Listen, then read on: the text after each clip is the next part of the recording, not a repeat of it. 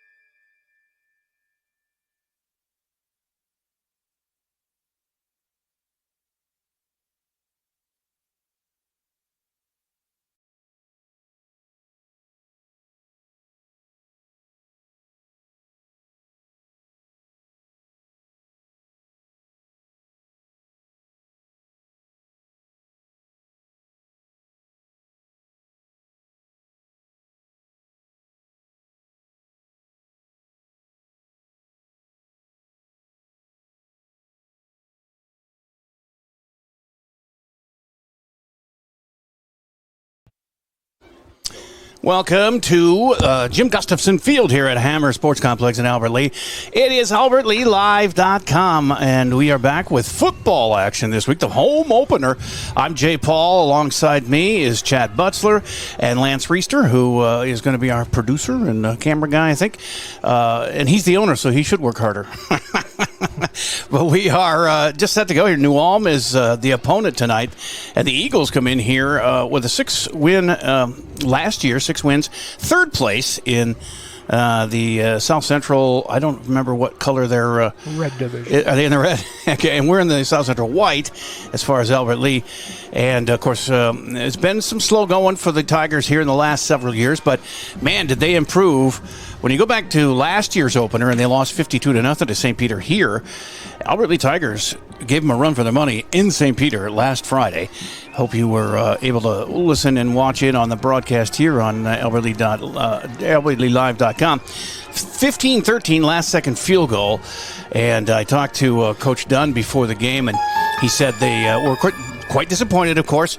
And but they've just picked things up and started practicing and just are going to take them one game at a time. He says they got a great attitude. Everybody came out of it pretty healthy, other than regular bumps and bruises. And they're ready. He thinks they match up pretty well with this New Ulm team, so we shall see. I also talked with the New Ulm head coach, and his name is Derek Leisure, and also got a chance to talk with a college football Hall of Famer, a guy who made the top 50 all-time Minnesota Vikings list as provided by the team, Tommy Kramer. Touchdown Tommy, 2-minute Tommy, whatever you call him. Tommy Kramer here in town signing autographs and memorabilia and visiting with folks, and it's all free if you want to come down before the game here and get it. But he's not going to go too far after 7 o'clock, I don't think. So hopefully you're on your way and you can get whatever you got, any kind of Viking thing. If maybe you got an old Tommy jersey back there at home, bring that in here too.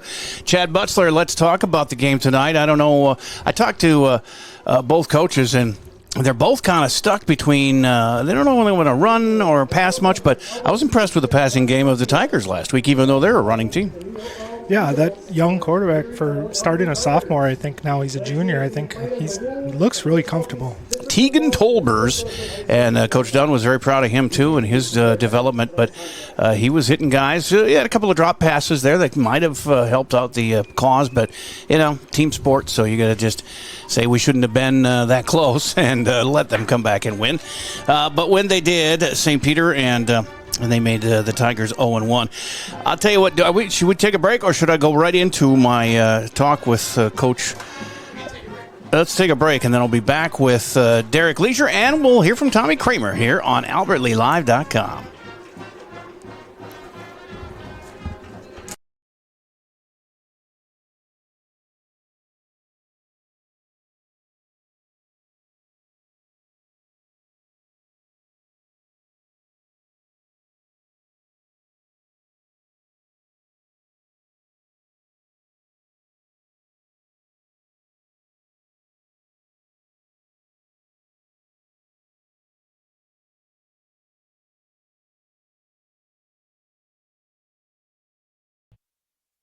Back here in Albert Lea. Let's go to my interview. It's Derek Leisure, who is the head man with the Eagles of New Ulm.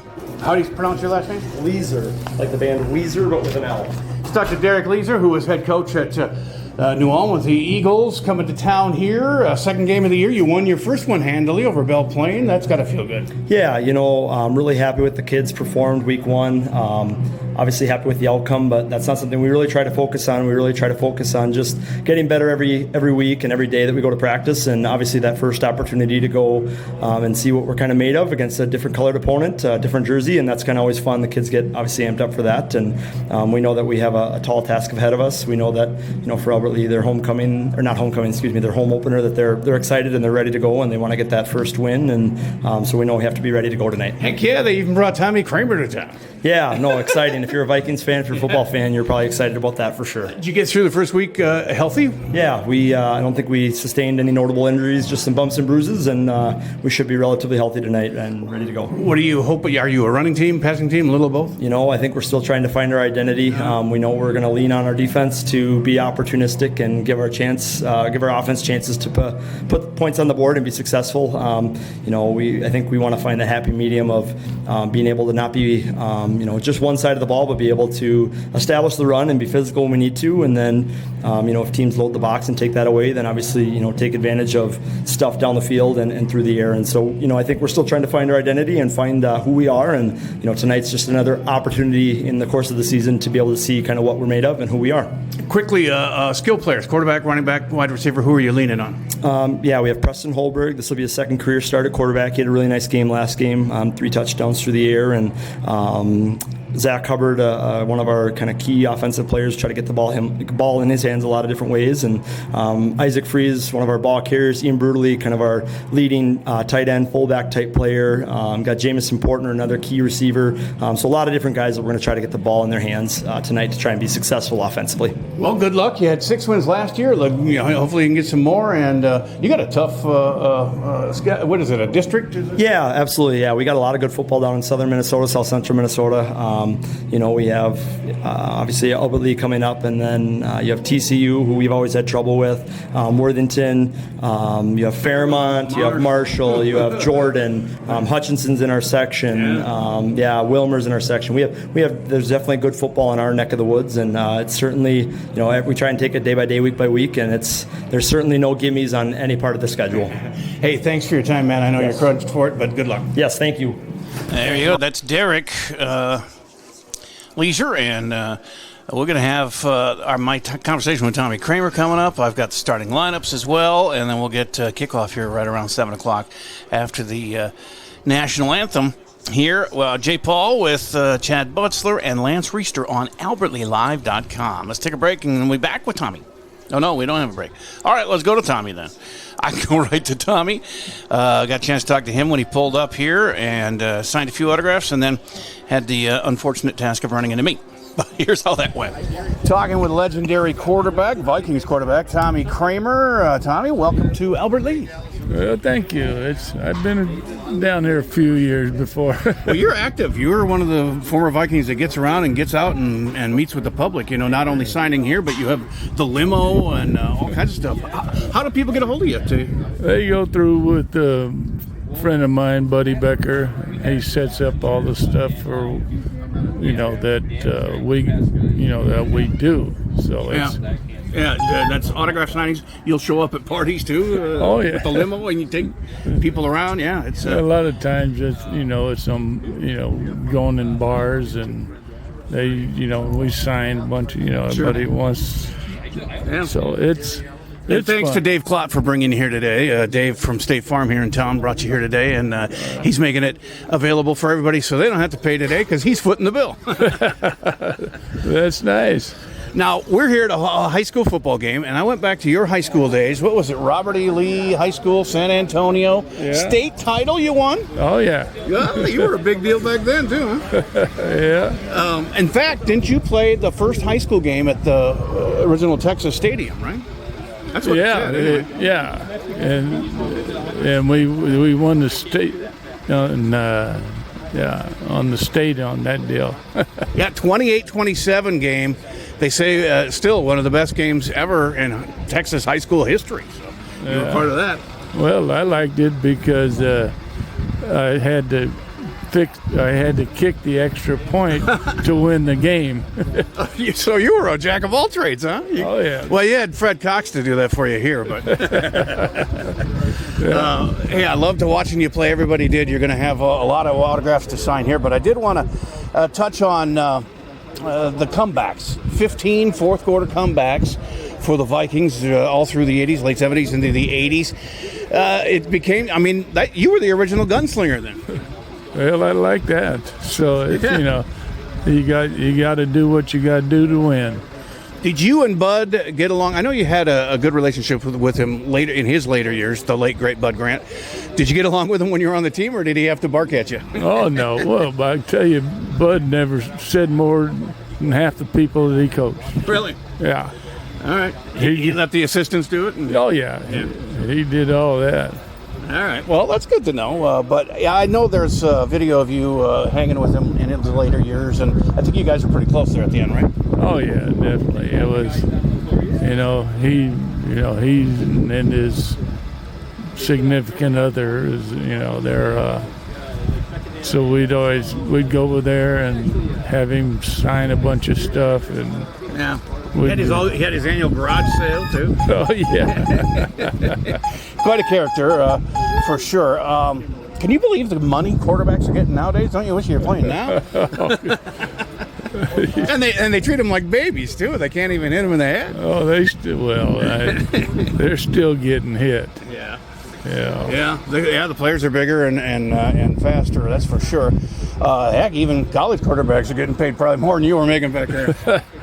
Well, yeah, I think my first year, 3-year contract was 27.5. I mean, 25, 27, and another like 30,000. If you had to do it all over again, you'd do it, though, wouldn't you? Oh, yeah. If you wanted to play, I want to play. Hey, you're voted one of the 50 greatest Vikings of all time, very deservedly. So I'd say you'd probably make the top 25, too. Well, I don't worry about stuff like that. Well, your legacy is and you're in the College Hall of Fame, aren't you? Yeah, I got the ring for that. Yeah. Well, congratulations, and glad you're down here. I know you're busy, so I'm going to let you go, but I appreciate your time, man. You're welcome. Thank you.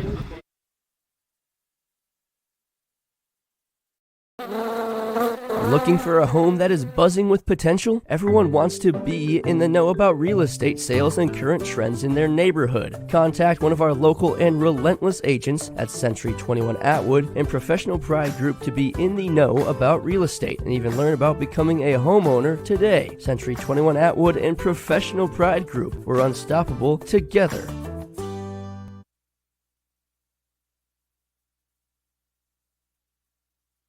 Discover GT Window and Door, dedicated to transforming houses into homes for over 12 years. Every window and door is an opportunity to step into a world of possibilities. Whether it's upgrading your windows for better insulation or adding style with a new door, GT Window and Door is here to make your home dreams a reality. I'm Adam with GT Window and Door. We take pride in our commitment to excellence, ensuring we're your go-to for all things windows and doors. Call us today to schedule your consultation and start your journey to a more beautiful, comfortable home with GT Window and Door. And back here at the Albert Lee Jim Gustafson Field, as already the color guards out there, the New Ulm players are all ready to go, lined up for the national anthem, but no Albert Lee team yet, so we'll have to wait. We've got starting lineups going here for New Ulm, so let's listen in a little bit on that. At quarterback number 4, Preston Moberg.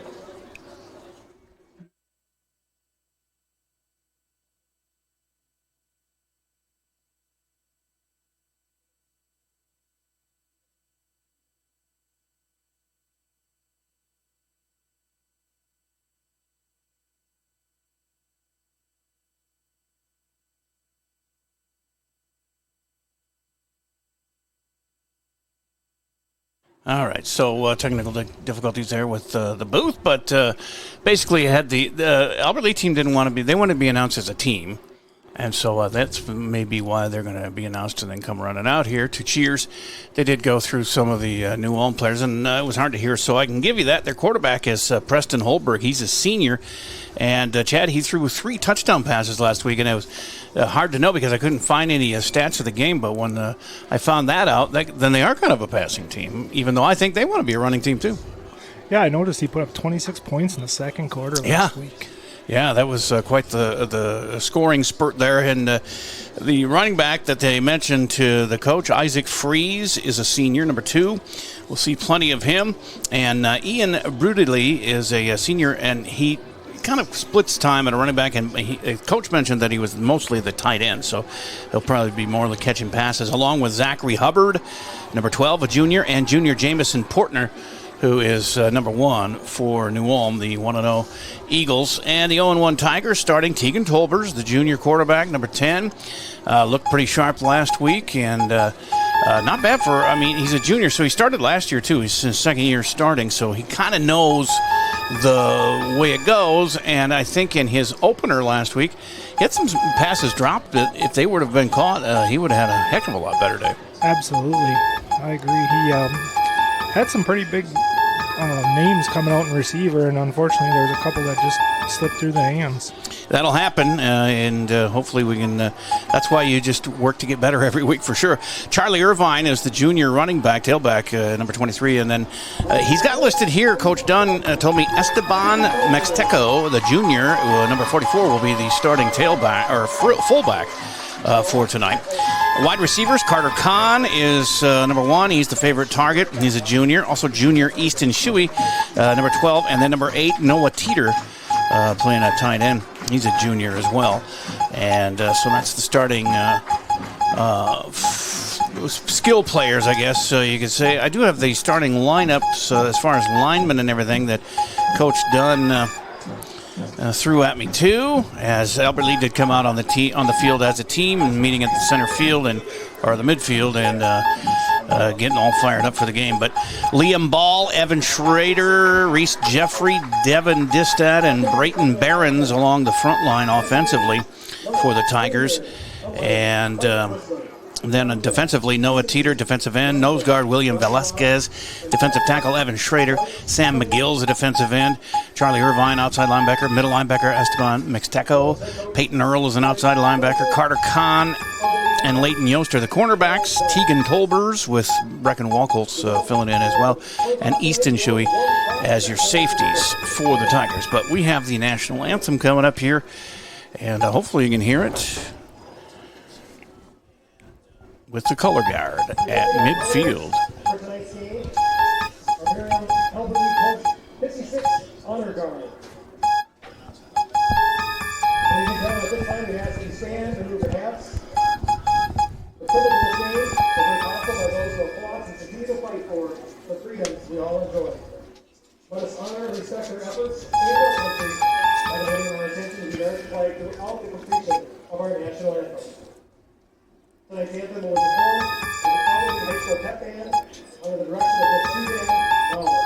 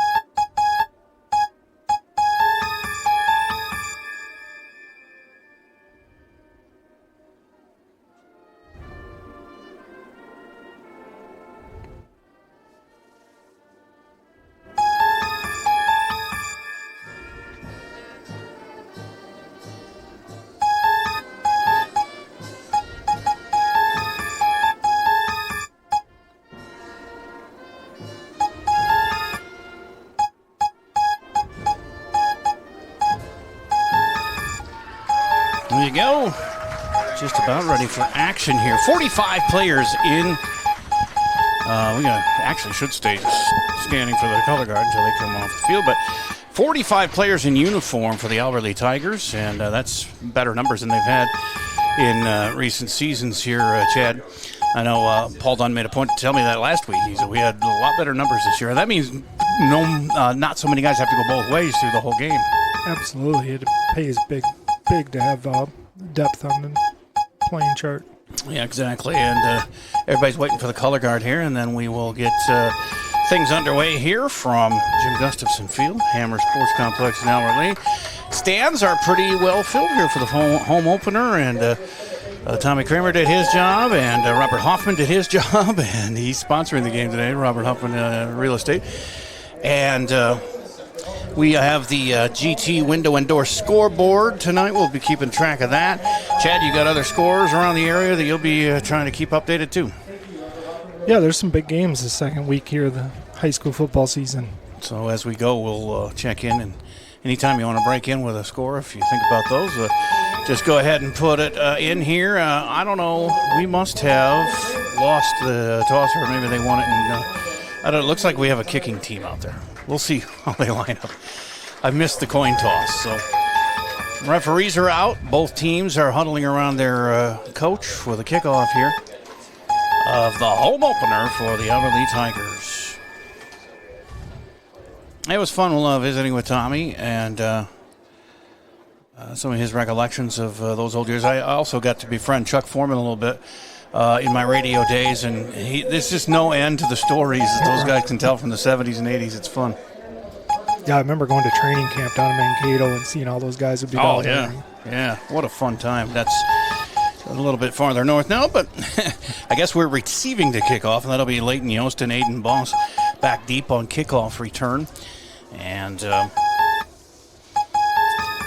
it up here, the Eagles, as they have big number 52, Samuel Iverson, a senior, going to kick. He looks like a linebacker. And not often do you have a kicker named number 52. But here he goes, and it is underway here on a sunshiny Friday night. No lights yet, but they'll be coming. A nice return all the way to the 35. That's Leighton Yost on the return. Gives them pretty good field position, 35-yard line, 1st and 10. As you look at the field, New Ulm in their purple bottoms and white tops, and the dark blues of Albert Lee with the white pants on, and coming to the line now. The referee holds them back a little bit until everybody's ready. Well, they got to get a football out there. Yeah, that's important. Got to have a football to play with. So, first play from scrimmage. Tegan Tolbers has them up to the line with Irvine and Mixtico back there. And it is going to be a run to the left. That looked like a designed quarterback run, and he's maybe going to get a yard. So Tegan starts off, the junior quarterback. Got another year with him. He should be very seasoned as the time he goes and gets to be a senior. Coming in, Leighton Yost with the play from Paul Dunn. He gives it to Tolbers. Mixtico is the fullback in the I, and, of course, Irvine in the back at the tailback. 2 receivers stacked to the right, nobody out wide left. And the handoff up the middle gets a few yards, maybe to the 38, a couple yards. Might not have got that far. As Irvine carried that one. Rotating in plays, it looks like Easton Shuey is out there now with the next play. So it's down to, should be 3rd down. They didn't give him a first down. It still says 1st and 10 on the scoreboard, but 3rd and about 8 as they fake the handoff to Mixtico, and then a flare out to Irvine is incomplete, and that'll bring up 4th down and a 3 and out to start things here for the Tigers. Not the way they wanted to get started, Chad. Looked like a little adrenaline there. You just got to calm down. First home game of the year. Oh, yeah, a lot of excitement. And they had Tommy Kramer come down and talk to him in the locker room before the game. So lots of working pieces there that you're not familiar with. Sometimes coaches don't like that because it does take them out of their routine that they just try and get them used to. So punting away now, it's Isaiah Diaz doing the honors. He gives it a boot. It goes straight up. Not too much distance on this one as it lands at the 47 of New Ulm, and it's down at midfield by a host of Tigers, including Brecken Wackles, a sophomore, backup quarterback and safety. So the Tiger defense, which was the most impressive part of their team last week, I thought. No, actually, special teams defense was really the best, but their defense really was active too. And they line up here right at midfield with Noah Teeter, William Velasquez, Evan Schrader, and Sam McGill up front.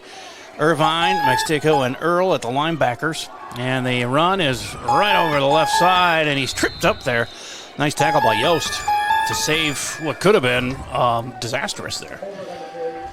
All the way down to the 41, so 2nd and 1. And then the defensive backs for the Tigers, Carter Kahn and Leighton Yost at the corners, with Tegan Tolbers and Easton Shuey at safeties. Brecken Wackel's playing out there too. So big run for the Eagles right off the bat. 2nd and 1. As they line up in shotgun with tailback to the left of the quarterback, Preston Holberg.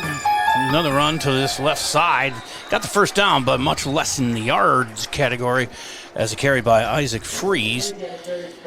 And so they got the first down. He's got 11 yards on the first 2 carries. First down at the Albert Lee 39 for the Eagles. Get some tall guys in that huddle. Unless maybe there's just some short ones and then makes the other guys look so tall. I suppose that could be. Taking their time in the huddle. Just underway here. First quarter, scoreless. Albert Lee going 3 and out in their first drive. New Ulm gained the first down here, but 1st and 10 from the 39. Snap is going to be a keeper by the quarterback, and he's got about 5 yards, 4 or 5 yards over the middle. Holberg. Give him 4 on that one, and it's going to be 2nd down and about 6.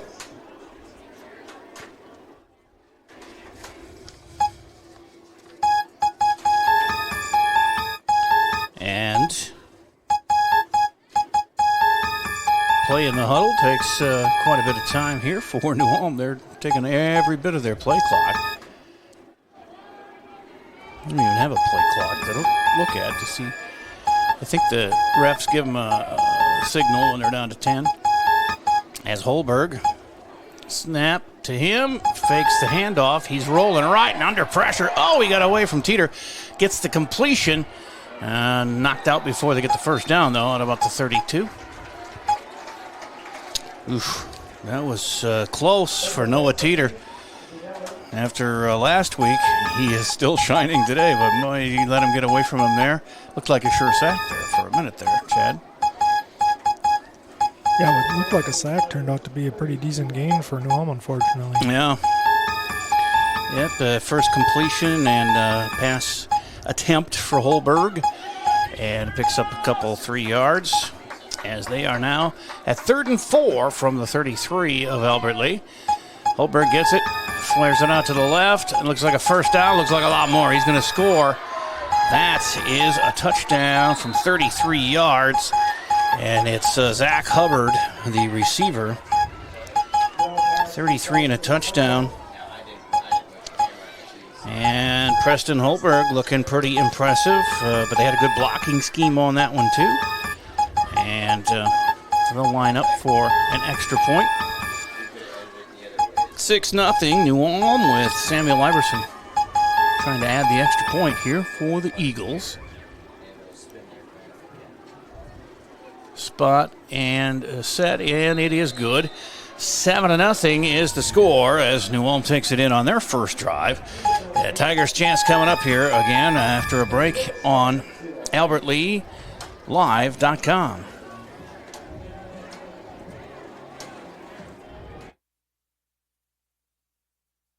Discover GT Window and Door, dedicated to transforming houses into homes for over 12 years. Every window and door is an opportunity to step into a world of possibilities. Whether it's upgrading your windows for better insulation or adding style with a new door, GT Window and Door is here to make your home dreams a reality. I'm Adam with GT Window and Door. We take pride in our commitment to excellence, ensuring we're your go-to for all things windows and doors. Call us today to schedule your consultation and start your journey to a more beautiful, comfortable home with GT Window and Door. So a 33-yard touchdown from Holberg to Hubbard. The H&H Side Orchard and Gardens has gone to great lengths to make their... Good. 7-0 New Ulm here as they kick off.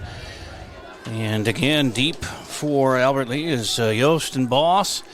And this one is going to be down in that corner and bringing it back up to the 25. And struggling there is Aiden Boss, the sophomore.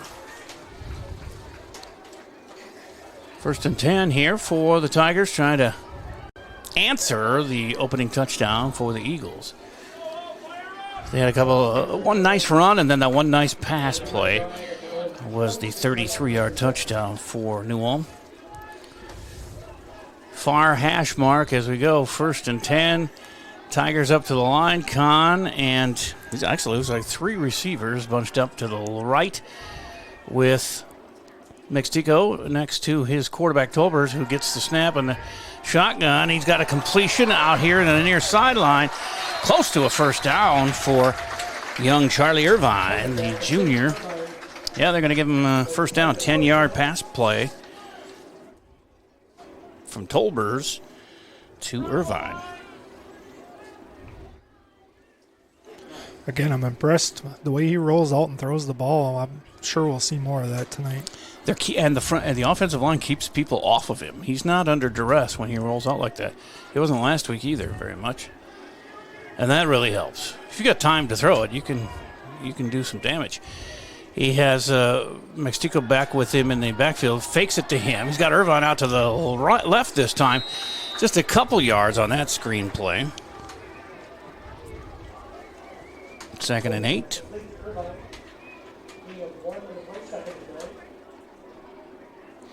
They're saying 2nd and 9. Yeah, give him a yard there. So 7:07 left here in the first quarter on the GT Window and Door scoreboard. 7-0.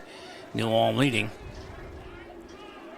Albert Lee coming out with one receiver to each side. Kahn down in the near side here. There's a handoff to the first man through Mixtico, and he gets stood up at the line of scrimmage. No go there. Esteban, the junior. As the boys up front were waiting for him there. He's going to bring up 3rd and 9, at least 9.5 maybe. That was maybe a half-yard loss. At the 38.5 is where they are. They have not tried to pass to Carter Kahn just yet. He was a frequent target last week, and he is out wide to the left. And a fake. They're coming the near side. I know he's out this side, and he tries to go over the defensive back for the catch, but just a little off the mark there from Tolbers, and a 4th down. Punting team coming on. Well, again, that means Isaiah Diaz doing the honors for the Tigers, kicking it away. That's interesting. Number 52 kicks for both teams. 52 Diaz, the punter, and 52 Iverson is the kicker and kickoff guy for New Ulm as it bounces. Grabbed there, far sideline, some room, but taken out around the 40 after about a 12-yard return.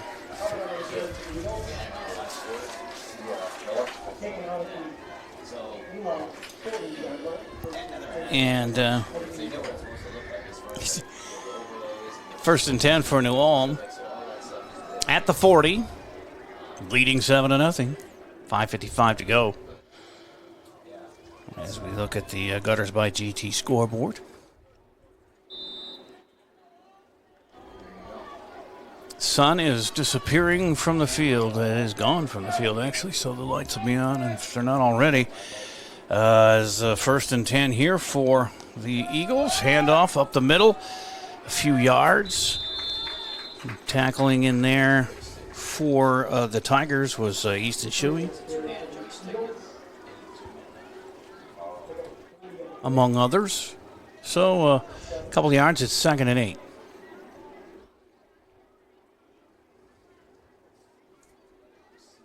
It's Isaac Freeze getting all the carries so far for the Eagles.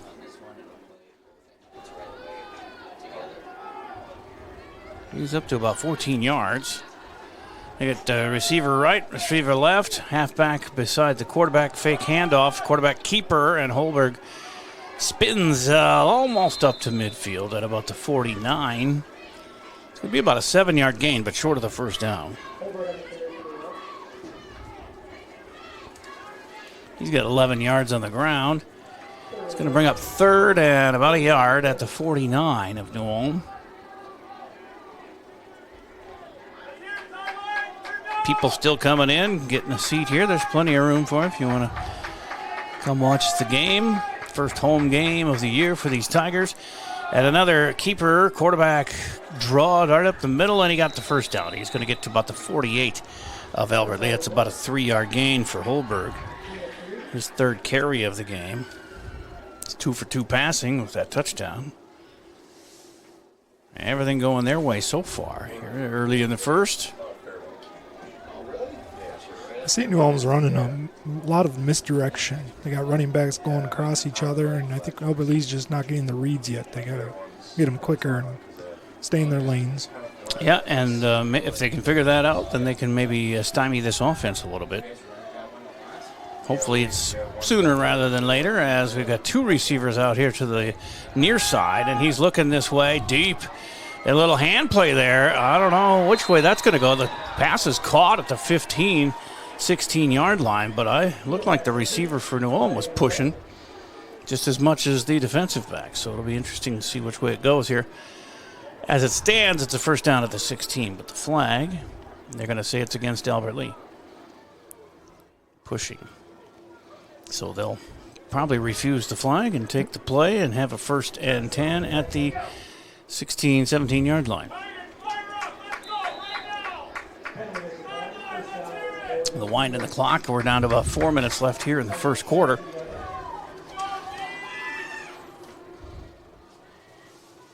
As up to the line they come, 1st and 10.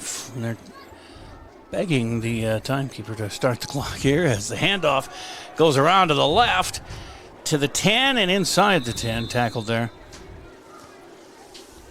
by Leighton Yost and also Easton Shuey in there on the stop. But not before he got inside the 10.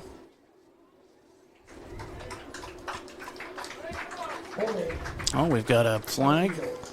Did not see that, so set him back 10 on the hold. So that brings up 1st and long. All the way back to the 27-yard line. And they got to get to the 8 for a first down.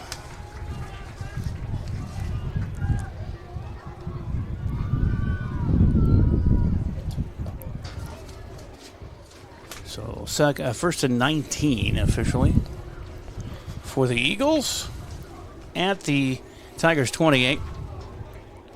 27. Shotgun. 2 receivers left, 1 right. Slot receiver in motion. And another flag flies at the snap, kills the play, and it's a procedure penalty against the Eagles, their 2nd penalty now in a row. It's one thing I've yet to see from Albert Lee. The one that was declined tonight was the first one that would have been. Yeah, right. Yeah, I don't remember any of them last week, so very disciplined. You don't see that very often. For even the good teams get penalized sometimes. As there's going to be a first down and 24 from the 32.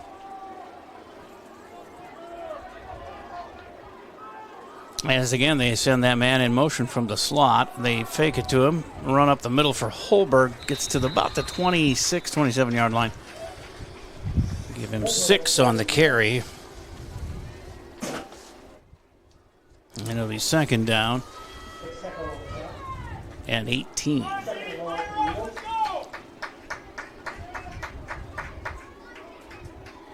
2nd and 18 for New Ulm. They send 2 receivers to the right, 1 to the left. Single setback besides Holberg, the quarterback, in the shotgun. Again, the slot man in motion. They throw it the area where he vacated, and it's a completion down to the 15, which is still 7 yards short of first down yardage. And it looked like Jamison Portner with the catch on that one. Nice tackle by Carter Kahn to not allow him to break free from that. Holberg, though, 3 for 3 passing for 42 yards and a score already. as it's third down. They got to get to the 8 for the first down, so 8 yards we'll call it. Barking out the signals. Holberg takes it to his right. He's got a man open in the end zone. Can it get there? No. Nice late play. Defensively, it looked like that was Easton Shuey getting a hand on it maybe in the corner of the end zone. Nicely done, young man. And that will bring up fourth down, and they'll no doubt go for it. But they need 8 yards on fourth.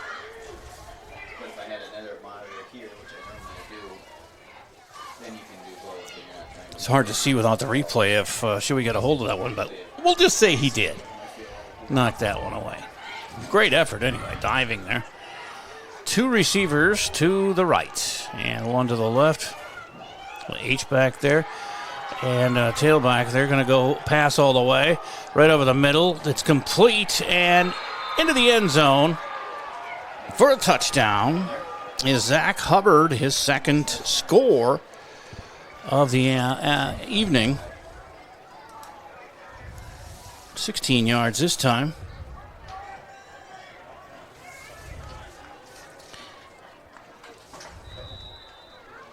And they will try the extra point.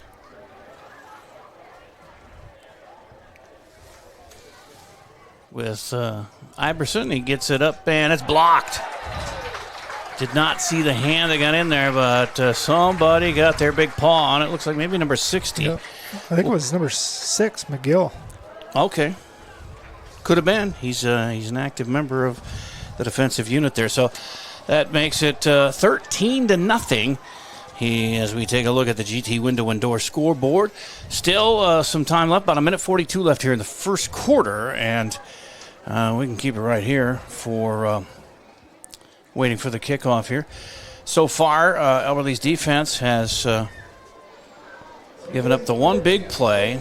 They had some sparks there on that drive, this one, but New Ulm able to push it in there. Well, they had them like 4th and 8, first and 28? Yeah, something like that. But New Ulm was able to work their way into the end zone with Hubbard getting his second score. 33 and 16-yard touchdown catches. Iverson going to be kicking deep here again to Yost and Boss. 13-0 New Ulm. Here it is. Boss catches it at the 5, and he's going to go right up the hash mark. Try and elude a few guys. He's got some room to the far side to the 40. Trips on the 45-yard line and makes it out to about midfield. Otherwise, he could have gone. I don't know if somebody got his shoelace. It looked like he kind of tripped himself there trying to get around a guy. But nonetheless, that's a 44-yard return for Boss. Aiden Boss looking good on that one. Tolber's getting his final instructions from head coach Dunn as he goes out. Now they're 2 touchdowns down. Here's where Elberly needs to buckle down here and answer one of these scores from New Ulm. Yeah, Mexico is the sole setback behind Tolber's in the shotgun. And it's a bunch formation up close, which he hands off. He takes the handoff, tries to hit Irvine out at midfield, incomplete, broken up there by Zachary Hubbard of the Eagles. Tolber's now 2 of 4 for 12 yards. He's also rushed once for a yard. He's looking in for the play actually coming in from Leighton Yost. And they're running a little late on this one. 13-0. That lopsided score without that extra point might come into play, but the Tigers have got to get scoring here. He had a pretty good run back. Now let's go. 2nd down and 10 from their own 49. Receivers right and left. Here's a high snap, but able to corral it. It looks like Mexico on the run there. Across the midfield. Might have got 2 yards out of that one. Gain of 2 on the play. 3rd and 8. 3rd down and 8. Not ideal. You'd like to be more like 3rd and 2 or 3rd and 3. 3rd and 1 would even be better. But it is what it is, and they've got receivers. Kahn going here down to the near side. As going up to the top is Shuey. I backfield. Fake the handoff. He's throwing down this right sideline. Kahn's got it at the 25 and out of bounds at about the 20-yard line. That'll be a 29-yard pickup.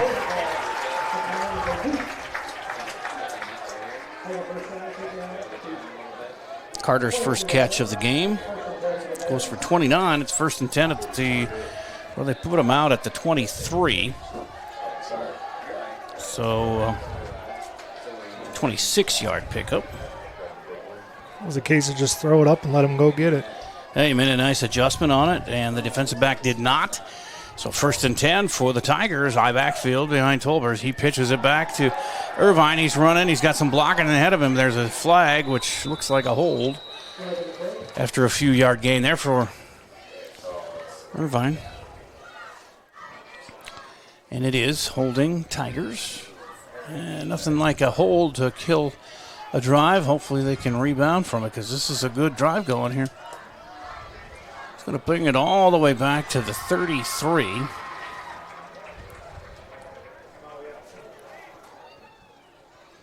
First and 20.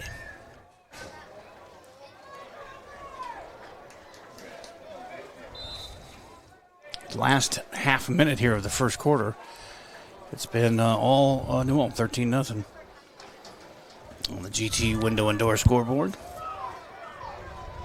All right, so it says 2nd and 20 on the scoreboard. It is 1st and 20, though. I see the yard marker over there. As he scrambles, Teagan is rushed under and gets maybe back to the line. He might have picked up a yard on that one.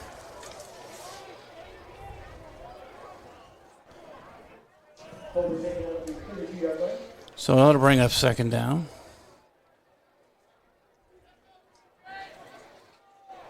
Second and 19 from the 32 for Albert Lee. We have Mexico alone in the backfield behind Tolbers, and the flag before the snap and another procedure call against Albert Lee. Already the 3rd penalty on the Tigers. That hurts. They had it rolling, man, after that Kahn catch. Looked like they were getting the momentum. And then a couple of penalties that moved them way back. It'd be a 2nd and 24 and a timeout, I think is called. End of the quarter here. Oh, end of the quarter, that's right. 1 quarter in the books here on the GT window and door scoreboard. 13-0 New Ulm. And we'll be back with second quarter action here on AlbertLeeLive.com. Looking for a home that is buzzing with potential? Everyone wants to be in the know about real estate sales and current trends in their neighborhood. Contact one of our local and relentless agents at Century 21 Atwood and Professional Pride Group to be in the know about real estate and even learn about becoming a homeowner today. Century 21 Atwood and Professional Pride Group. We're unstoppable together. Discover GT Window and Door, dedicated to transforming houses into homes for over 12 years. Every window and door is an opportunity to step into a world of possibilities. Whether it's upgrading your windows for better insulation or adding style with a new door, GT Window and Door is here to make your home dreams a reality. I'm Adam with GT Window and Door. We take pride in our commitment to excellence, ensuring we're your go-to for all things windows and doors. Call us today to schedule your consultation and start your journey to a more beautiful, comfortable home with GT Window and Door. Back here for second quarter action. Noah is helping us out. How you doing? What's your last name, Noah? McGaffey. All right, well, welcome to the booth, and hopefully we'll have a long run with you. Starting to learn, well, you're probably into tech stuff, aren't you? Yep. You play sports, too? Yep, cross country. Used to play football for about like 3 or 4 years. Oh, okay. Here's a pass for Tolbers. He's back. He's looking. He throws at the last minute. He gets hit, and that is an incomplete pass at about the 10-yard line. Wow. He had some time back there, but when it ran out, he had to get rid of it. And there's a flag down. Maybe he got hit late. We shall see what the referees will call. It was 2nd and 24 after the penalties. Now it's another one against Albert Lee. 3 in a row, 3 plays in a row. So, 2nd and 34. Well, it's maybe a spot foul, so we'll see. They put it down at the 47 of New Ulm, and they got to get all the way down to the 13. So it is 34 yards. 2nd and 34. Not one of those in the playbook. Just underway, second quarter. 13-0 New Ulm. Albert Lee trying to figure this puzzle out as Tolbers gets the snap. Nice adjustment on that. He's running for his life up the middle, gets hit as he crosses midfield, and that's going to be short yardage, maybe even a yard loss for Tolbers on that one. And bring up 3rd and forever.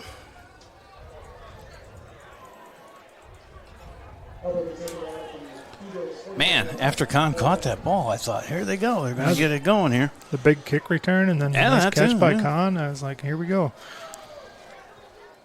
Still could strike lightning here. You never know what they've got up their sleeve here on 3rd and 36 from the New Ulm 49. Kahn is wide to the near side. And they got a receiver on the far side. There's a fake handoff. He's going long down to Kahn, who is out in front of his man, but it was too far for him.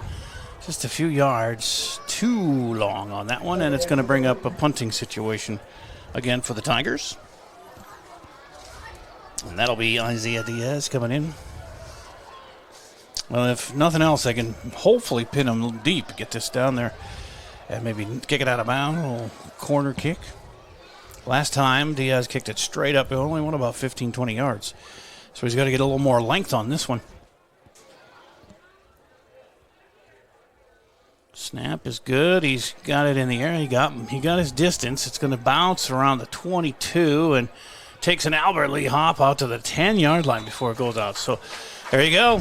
I called it. I could be a coach. Albert Lee will start, or New Ulm will start 1st and 10 there with their 13-0 lead.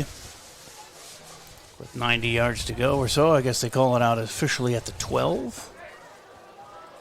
Or where is he going to set it down? Yeah, the 12-yard line. So New Ulm coming up there. They've got Preston Holberg, their quarterback, has rushed it 4 times for 20 yards. He's 4 of 5 for 58 yards through the air and 2 touchdowns, both to Zachary Hubbard, who has 49 yards and 2 catches, both touchdowns. So keep an eye on him. Number 12, maybe double team that guy. There's a handoff. It goes over the left side and taken there by the quarterback Holberg.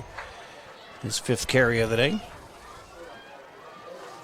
And they're going to put it down at the 15, so give him 3. 2nd and 7. For New Ulm, they want a nice time-consuming drive, maybe ending in some points. And they already have the 2-score lead. Receivers right and left for the Eagles. They have an H-back in there, and they have the 1 receiver in motion now, and they give it to him around the right side. It's going to be shut down before he can get to the 1st. Get out to the 19, so he got about 4 yards on that one. As that was Zach Hubbard on the carry. The wide receiver sweep there, the end around.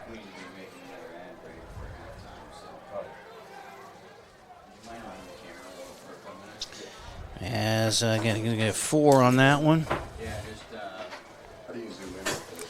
And it brings up 3rd and 3 for the Eagles. They need to reach the 22-yard line.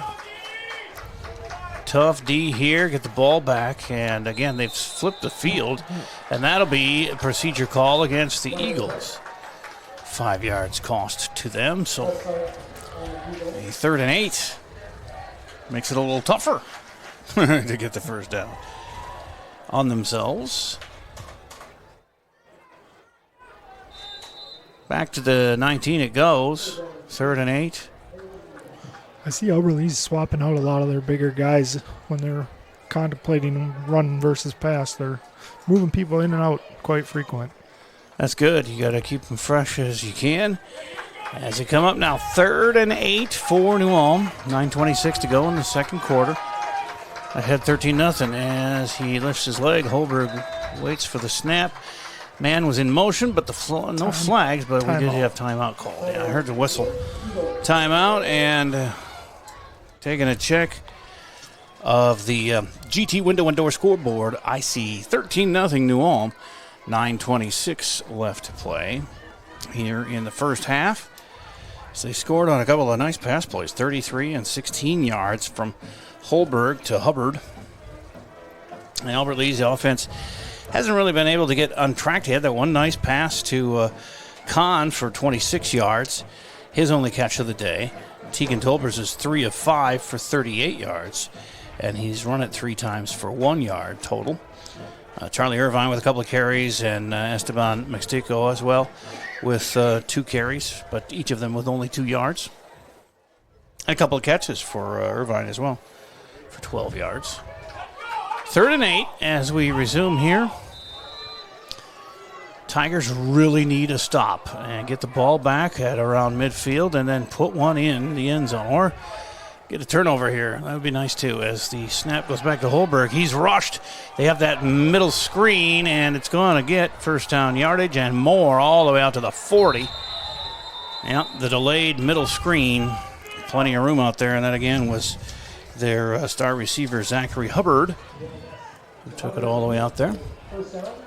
That's a very hard play to execute, especially at this level, the second week of the season. That was almost beautiful. Perfect. 22 yards in all, so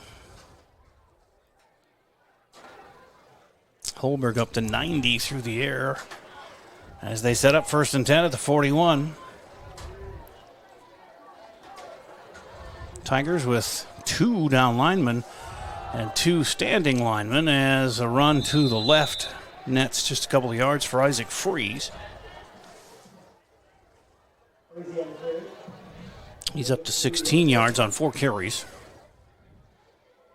So they've bottled the run game up for the most part. It's that passing game they're having trouble with today, defensively.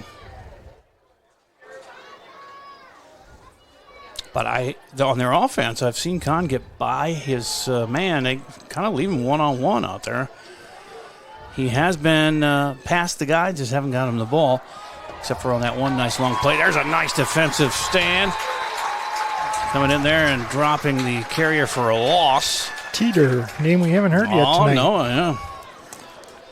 Way to go, Mr. Teeter, as he drops the running back at the 37. So 14 yards to go, 3rd and 14. Timely play. Third down, let's make some noise. Here we go. Let's go. Crowd getting fired up for the Tigers on 3rd and 14, and the snap. Holberg looking it over, throws it over the middle. Picked off by the Tigers. That's Brecken Wackles. Still running. He reverses field to the near side, and he's still going to the 40. 35, and a beautiful play by a young player, Brecken Wackles, a sophomore. Picked it off right about midfield, brought it all the way back to the 33, and the Tigers are in business. Every third down, that's what we do. You gotta love the crowd getting into it. In recent years, they haven't had a whole lot to cheer about, and this is a chance here to get back in this ball game right now. 7:32 to go, down 13. Let's put this one in. Kahn goes wide to the right, and out left is Shuey. Tolbers takes the snap, and he's running it all the way. Goes right over the 30 to about the 29. So give him about a 4 or 5 yard gain there. His longest run of the day. 4 carries, 6 yards for Tegan. As the play comes in, Leighton Yost relays it to Tolbers. Yost goes wide right, Kahn wide left. 2 backs now with Tolbers in the backfield. He's going to carry it to the left, but the blocking breaks down and he loses yards almost way back to the original line of scrimmage. So 3rd and 9 after a 3 or 4 yard loss.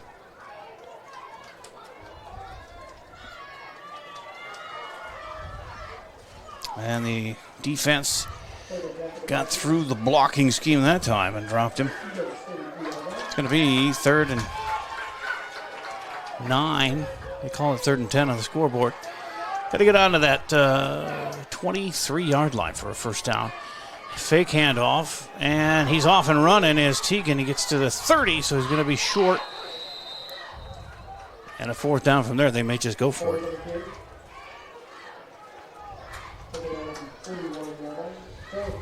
Picks up a few yards there to the 31.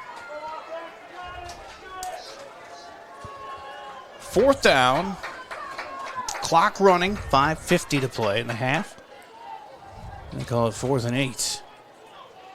Again, they got to get to about the 23, and they're at 31. Tolber's up under center with the I backfield behind him. Receivers right and left.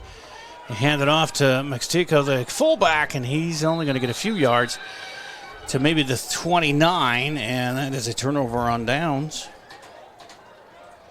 for the Tiger offense. Well, after the big pick-off there by Brecken Wachholz, they didn't get enough yards for the first down, and they give it up on downs to the Eagles.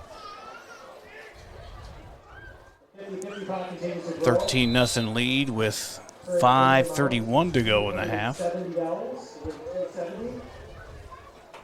$5 for a ticket, $20 for 5. Here come the Eagles to the line. Need another tough defensive stand here. Another turnover would be great as the quarterback rolls, and he's got some room around the right side, weaving his way close to a first down. He gets about 8 on that one. Holberg now with 6 carries, and he's up to 31 yards on the ground.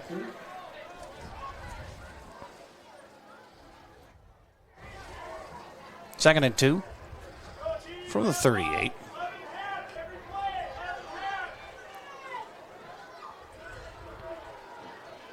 Up to the line comes Holberg with his offensive mates. He's in the shotgun, and he'll have Freeze beside him in the backfield.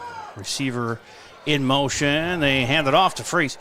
Gets to the 40, and that will probably be enough for a first down. 2-yard dive there. And he's up to 6 carries, just like the quarterback, although he's only got 18 yards.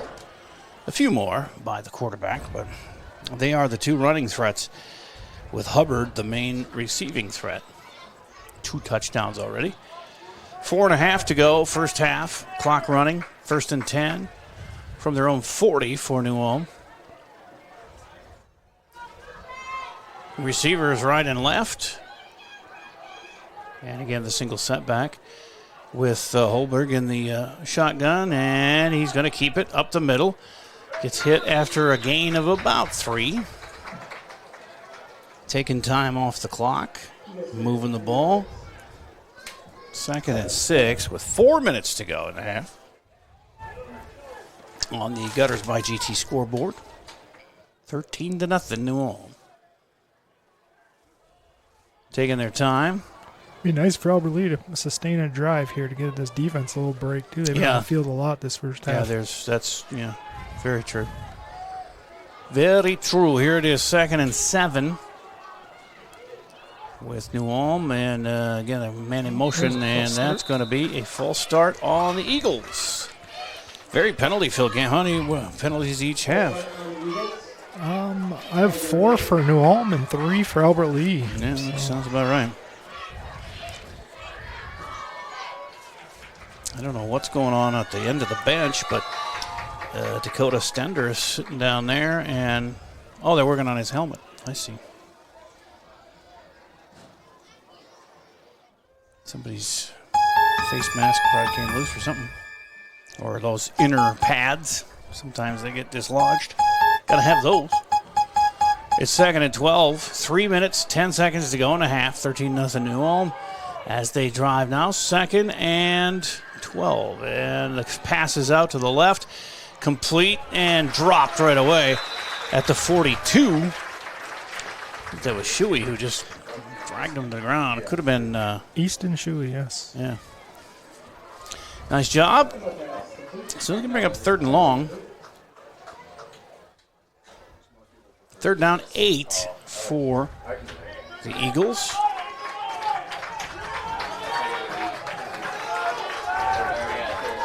As they come to the line, far hash mark. Our league coaches yelling some instructions. Man in motion. They use motion quite a bit. Here he goes deep down the middle. Man's open. Caught at the 28. And it's a foot race. And he's caught at about the 5-yard line by Shuey. But that's going to bring up a 1st and maybe goal. Yep, at the 5 is what they put it down. Wow. Jamison Portner showing off some speed there. Yeah. No doubt about that. He had about a 40-yard gainer there. I guess 1st and goal to the Eagles from the 5. And running down to 2 minutes left here in the half. As they come to the line, trying to make it a 3-score game. Albert Lee had a good goal line stand last week. See if they can do another one here. As taking their time, snapping it down to the end of the play clock. And it's Preston Holberg all the way in. 5-yard score. And he's going to running quarterback there. 39 yards now with a touchdown on 8 carries. And that makes it 19-0.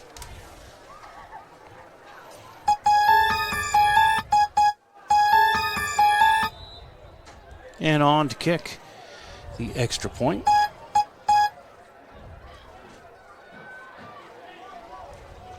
And it's up and goes through to make it a 20-0 score with 1:35 to go as we check the GT window and door scoreboard. 20-0, not insurmountable, but it's starting to get worrisome here as we approach the end of the half. On a beautiful night here, a little on the chilly side, but people are ready for that. I wore my Vikings hoodie in honor of Tommy Kramer. He didn't even say a word. I didn't even get him to sign it, though. I forgot to. I was going to have him put the 9 Tommy Kramer, but I forgot. And he was rushed anyway. They had to get him into the locker room. He had a little pregame talk to the Albert Lee players. Pretty cool. Even though I think probably half of them, or maybe more, don't remember who he is. Yeah, well, yeah. 77, he got drafted, and he retired in 1990. So he played 1 year with New Orleans at the end, but didn't play much and retired. But he didn't even have all that much of a winning record for the Vikings. It was just those comebacks. He was hurt a lot too.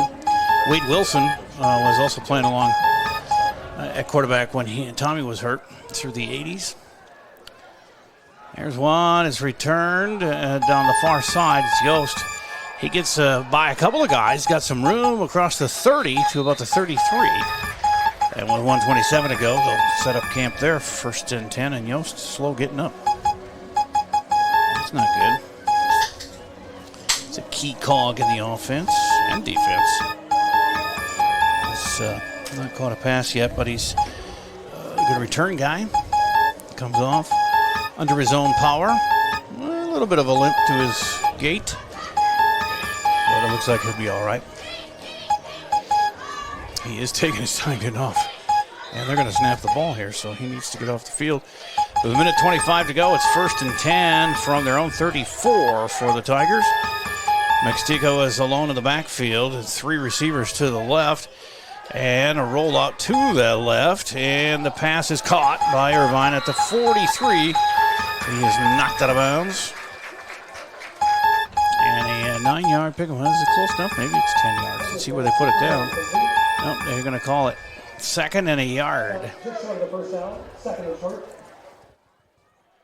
And the clock stopped with the out of bounds.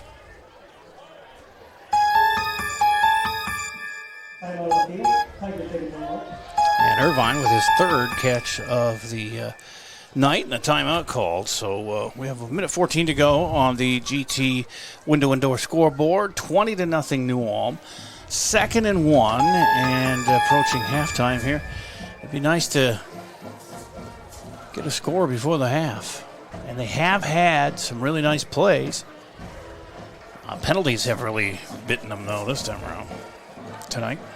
Got any other scores showing up yet? Not much. I see Farmington's in a big battle with Lakeville South, 15-14 in halftime. They haven't updated a lot yet, but we'll try to get you some more at halftime. Sometimes pretty early they don't do anything. Second half we'll hope for some more scores and a lot of good interesting matchups, like you said, happening tonight.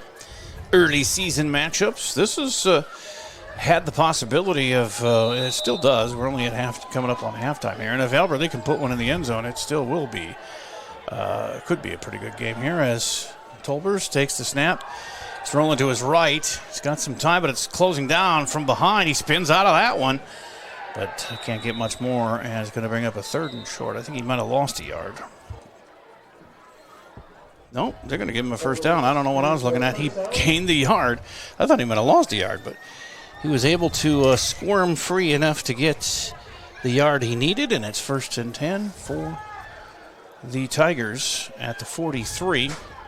Minute to go, 1:01. Now they're going to wind the clock, so time is of the essence here as it closes down, and a blitz pick up there is in to make the sack. It's Ian brutally. He was brutally in there, too, to tackle young Tolbers, and that will cause another timeout to be called. So with 55 seconds left. 2nd down, and with the loss way back to the 34. It'll be 2nd and 20. Quarterback's worst nightmare there. Defender just coming at you. Doesn't even see him until the last second. Yeah, they had both ends free running at the quarterback. It's not supposed to happen.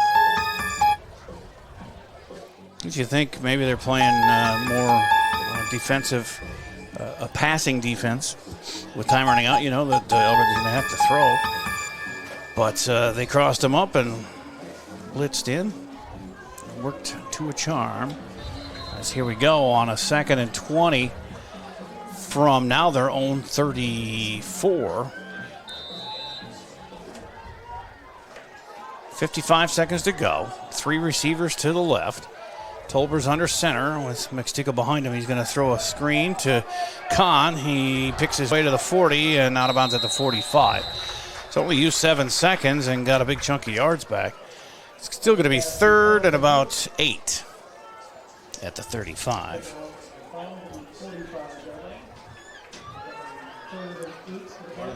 So about a 10-yard gain there for Kahn. It kept playing one of these hotkeys on the broadcast somehow. It's all right. Tolbers up to 57 yards passing. That's more than he had last week on all of the game against St. Peter. He's back to throw again. He's chased down there to the right, and he gets rid of it. Nice completion to Irvine for the first down and out of bounds with 40 seconds to go into New Ulm territory. That was a nice play. Very nice. Tolber was able to scramble. He had that guy just breathing down the back of his neck. As, again, now he's up to 65 yards. And Irvine's 4th catch of the day. 40 seconds to go. Stops with the timeout, or the out-of-bounds play. They're at the 46 of New Ulm now, 1st and 10. Trying to get back into this thing before halftime, down 20-0. We got the 3 receivers to the left again, near side. Tolber's rolling that way, and he's being chased, and he's going to be caught and brought down. Oof, that was a tough one. Landed on his head at midfield. He looks like he's all right. He got right up. Whew. Got to block these guys that are getting in there like that.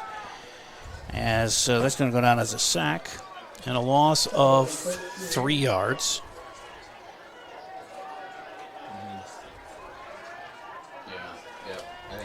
Got the eye backfield, 2 receivers now to the right as Tolbers flares one out on the screen, and it's incomplete.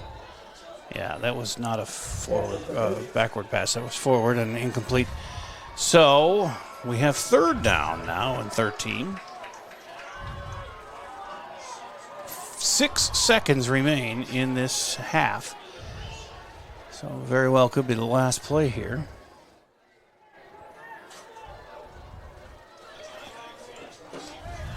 As you would assume, they'll throw it deep. On third down.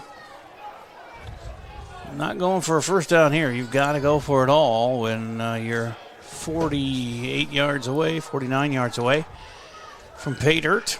3 receivers right, single setback.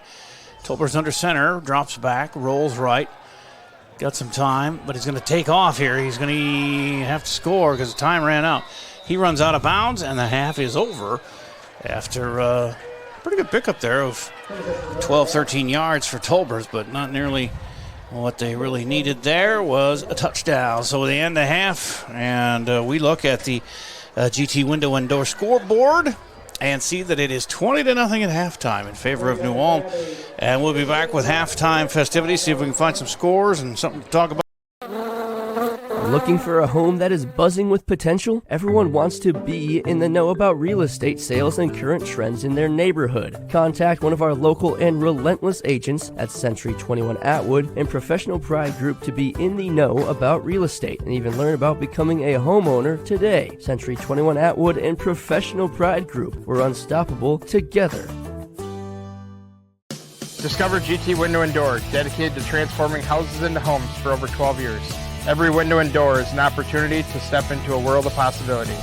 Whether it's upgrading your windows for better insulation or adding style with a new door, GT Window and Door is here to make your home dreams a reality.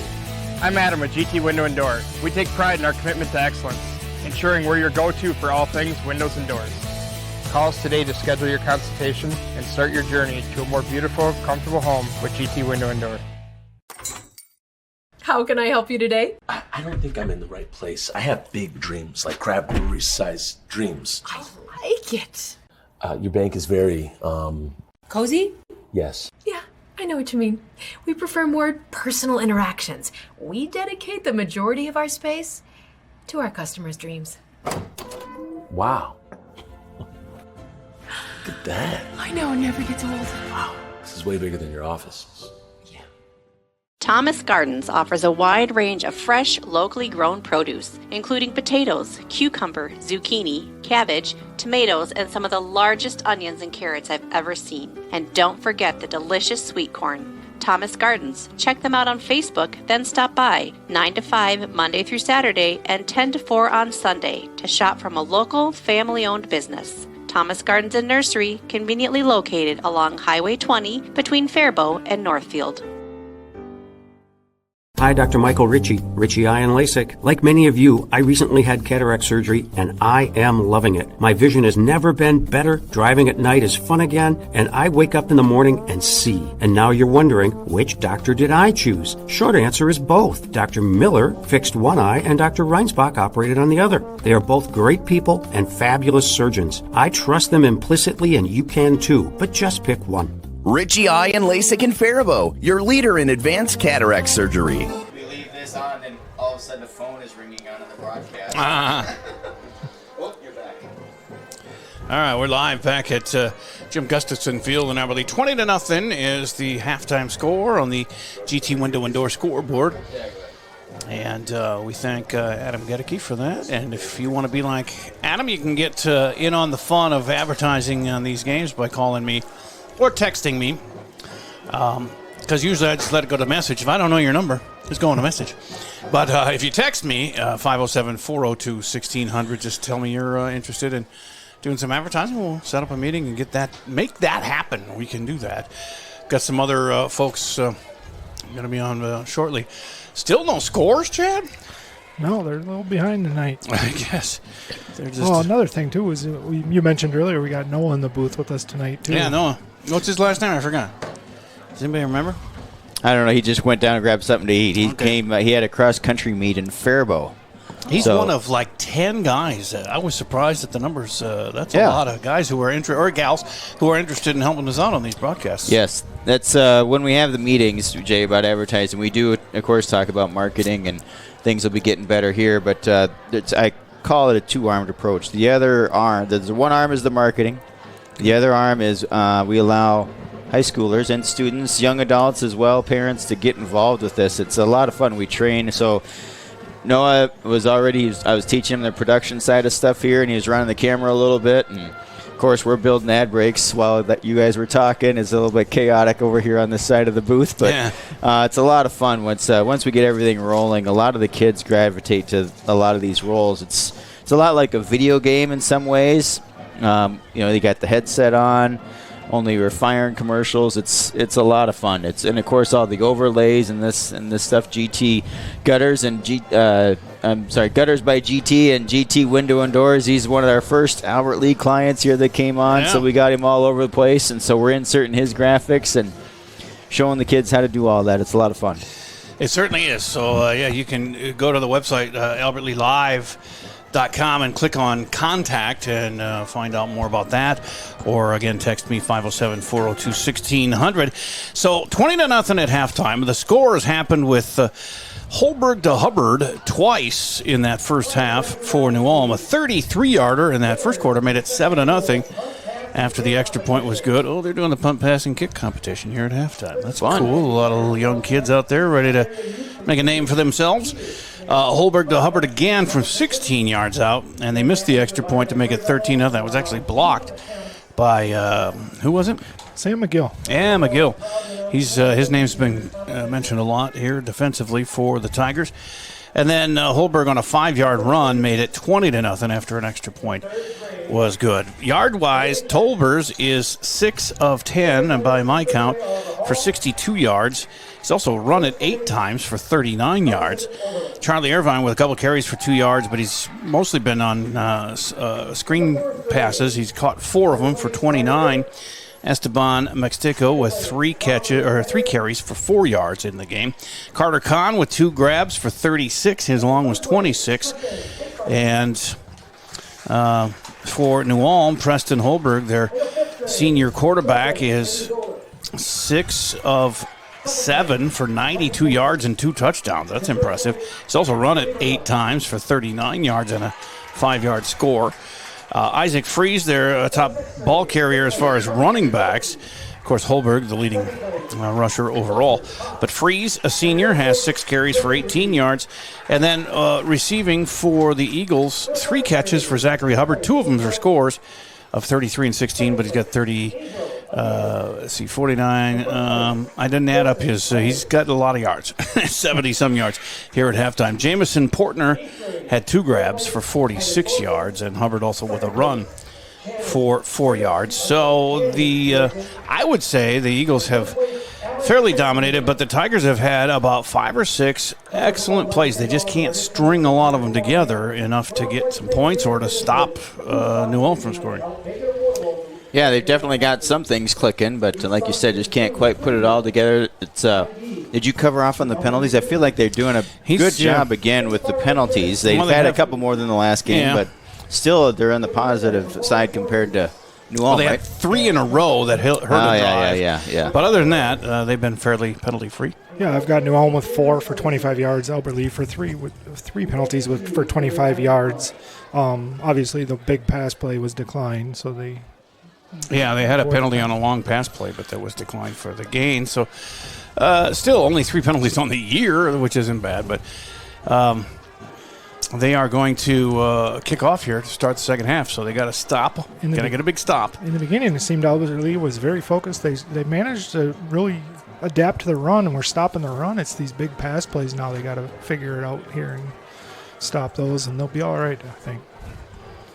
Well, they got to stiffen up that defense. The pass plays have been open, like you said. They haven't really run the ball too much against this Tiger D. And Albert Lee's just got to sustain a drive and put it in the end zone. A couple times we thought, like I mentioned, with that big kickoff return and then the long pass to Kahn, and then it just blew up and they started committing penalties and it just killed the drive. Got to stop doing that and get back into this thing. We're about 6.5 minutes away from second half action here at Jim Gustafson Field. I think Noah's having more than one. He's having a brownie now over there. Is he really? He's a grown boy. Yeah, he is. Yeah. But fun times here on AlbertLeeLive.com. Now, coming up next week, we have more boys soccer on Tuesday. I forget who we play here, but that'll be a 7 o'clock game. And then we're going to get to volleyball action next Thursday. We are going to try and move this production into the gym for the first volleyball game of the season. We have not done one of those here yet. So, yeah. And then, Jay, we also need another partner for you. We need another regular person that can do this on their own because we want to do simultaneous broadcasts. There's going to be times where you're going to be in one venue or the other, and so we could also still use some help here. Play-by-play, if you have any experience and you're in the area, you want to pick up a few extra bucks, that'd be a good opportunity for you. Yeah. If I'm doing volleyball, you could do girls soccer because that's happening Thursday. Or when we get to basketball and hockey, then we're really going to be there's always going to be either a wrestling meet and a hockey game or a basketball game. How many games can we do at the same time? A lot. I'm only limited now. Right now, I'm only limited by the amount of gear that I own. Okay. So I've bought enough space through the interweb stuff and all my hosting stuff and everything, and we can do a lot of them. We're only limited by the amount of audio mixers and stuff and computers that I own right now. Well, it's fun. You have so much stored too, and if you go to some of your other venues like FaribaultLive.com or Northfield Live.com, there's you got like 40. Or what is it, 40? Oh, 400. 400 games. Yeah, Northfield. Stored on that one server. Yeah, it's a lot. It's really awesome. Several years, there's going to be a lot of... we're not sure how we're going to build out some of this stuff, so I don't want to overpromise anything, but for sure we want to be doing varsity games. We're trying to decide how we're going to handle JV games and stuff like that, and if we're going to be putting TVs up in restaurants here.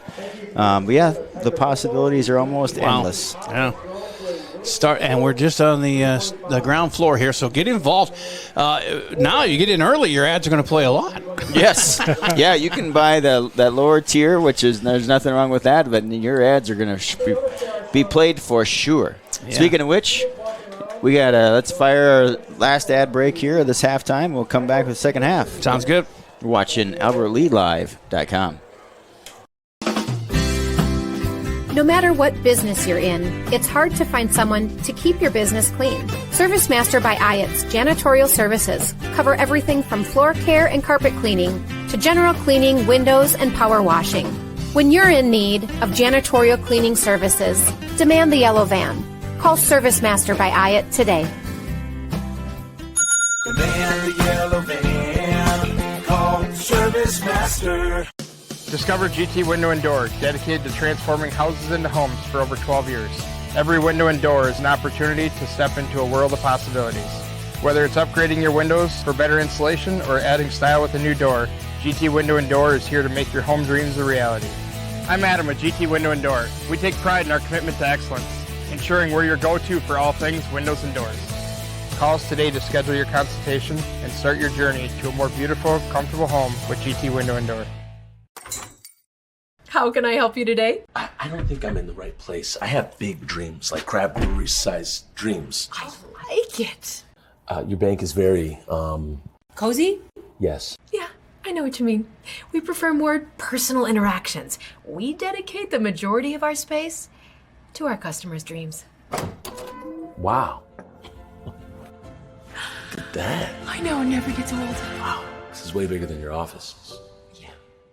Thomas Gardens offers a wide range of fresh, locally grown produce, including potatoes, cucumber, zucchini, cabbage, tomatoes, and some of the largest onions and carrots I've ever seen. And don't forget the delicious sweet corn. Thomas Gardens. Check them out on Facebook, then stop by 9 to 5 Monday through Saturday and 10 to 4 on Sunday to shop from a local, family-owned business. Thomas Gardens and Nursery, conveniently located along Highway 20 between Faribault and Northfield.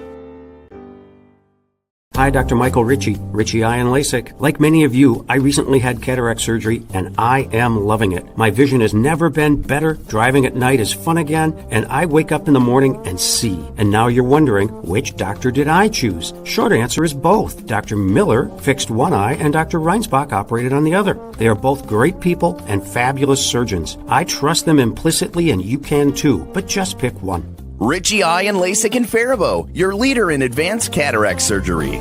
You have a brand new house, or you just got done with a remodeling project. You want to show it off, but the construction has left a giant mess of dust and dirt. This is Beth Ayatt. After the work is done, let Service Master by Ayatt make sure that you don't have to do more work to clean up after the construction crew leaves. Show off and demand the yellow van. Call Service Master by Ayatt today, 877-945-0993.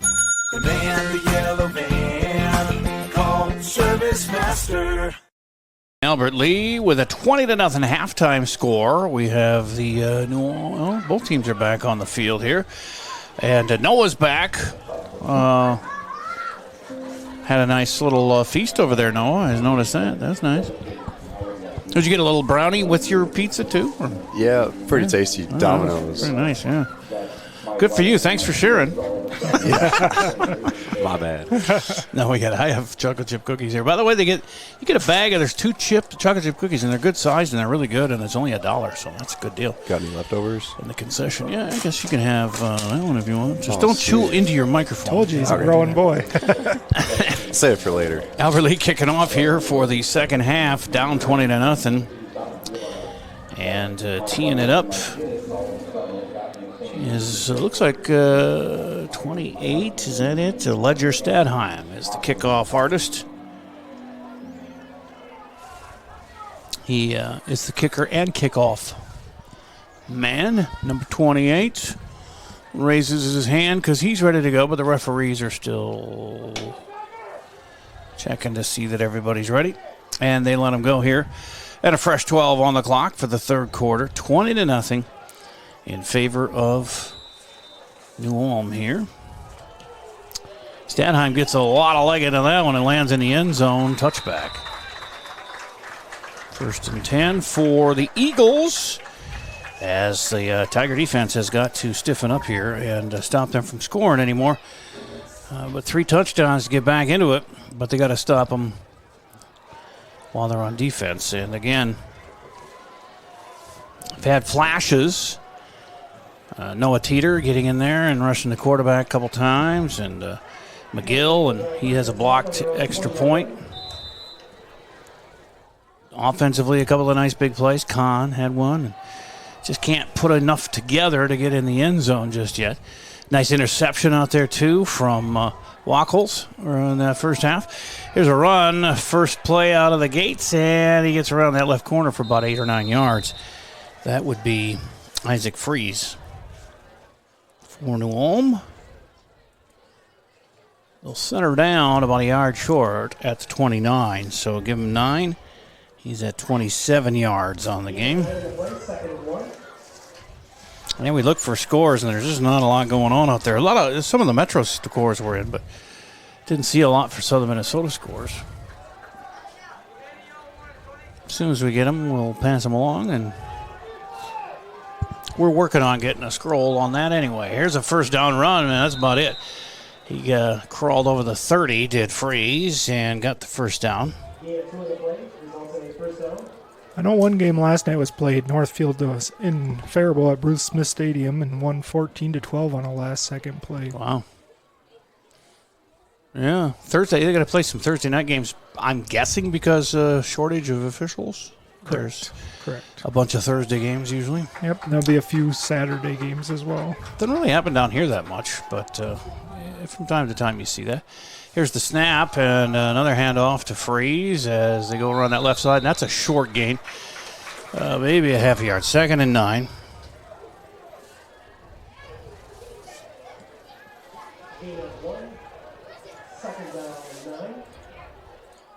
Got to get the stop right here. Make them kick it back to the Tigers and get a score. Get that momentum going in your favor. Mextico comes out, linebacker, for a play here as it is 2nd and 9. Like I said, rolling out Holberg. He runs out of room, throws it. Nice defensive play. That one looked like it might have been caught. And getting in the way of that pass was Easton Shuey. And we've called his name a couple more than once here tonight, breaking up passes. He had that one in the end zone that he broke up, too. So nicely played, and it's 3rd and long. As Holberg approaching 100 yards through the air with 92, 6 of 9, I believe. Yeah, 6 of 9 for 92. He's got 2 receivers to his right, 1 to his left as he lines them up in the shotgun, and fake handoff. He's looking for the screen on the left side. It's complete and broken down right there. So it'll be 4th and long. They'll punt it away on about a 3-yard gain. He throws it to Hubbard again. But 4th down and time to kick it.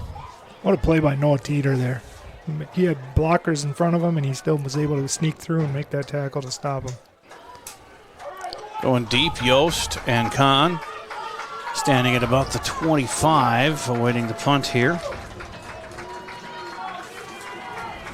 So far, so good. One half of the deal's done. They stopped him. Now they've got to score here, the Tigers, as that one is allowed to bounce. Kahn's going to grab it on one hop and brings it to the 30. Near side, gets some room, across the 40. He could go a little farther. No, he's going to run out of real estate there. No, he gets rid of the guy. I thought he was going to run it out of bounds, but got another 10 yards all the way down. Let's see where they mark it. The referee's got his eyes on it. He's going to put that ball down at the 28-yard line.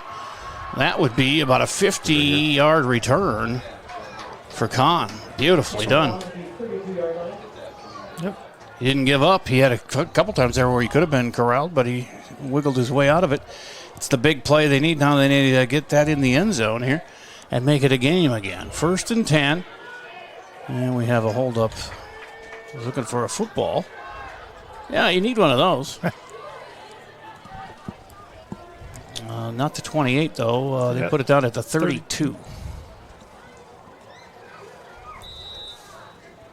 1st and 10 at the 32. Tolber's in the shotgun. He's got Mexico right by him there. He's going to pass it, though. He's looking over the middle. He's got Kahn there, a little behind him, but almost picked off, but was dropped incomplete. That was lucky there. 2nd and 10. Kahn had to turn into the defender on that play. Mm-hmm. Yeah, he was open, too. If it would have been in front of him, that could have been for more yards, but Teagan a little bit off mark there. We've got 9:39 left here in the 3rd quarter. Again, trailing by 3 scores, 20-0. Got to put it in the end zone here while you have the opportunity. 2nd and 10 from the 32. 2 receivers to each side, and they run it. And it's Mexico, and he gets maybe half a yard before he is corralled. It's his 4th carry of the game for 4 yards. And brings down 3rd and 10.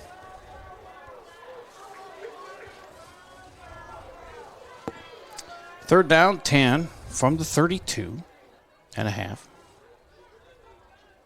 I think Esteban may have lost a half a yard on that one. 3 receivers left. Again, they got that bunch formation. And Esteban in the backfield. Tolbers straight back, runs out of time. He's got to get out of there. He goes forward to the 28. About a 4-yard scramble, but that's going to bring up 4th down. I would imagine they go for it. 43 on the ground for Teagan and 62 through the air by my count, which is by far not official, but just didn't have time there to get set up. Yep.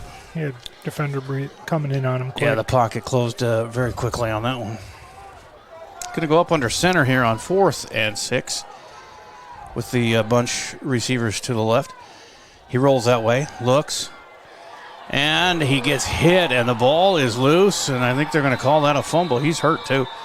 Teagan is up to his knees, but he's a tough customer. He gets up and walks off on his own power. Are they calling it an incompletion, or was it an actual fumble? I think a fumble recovery. So he got 3 knocked out of him.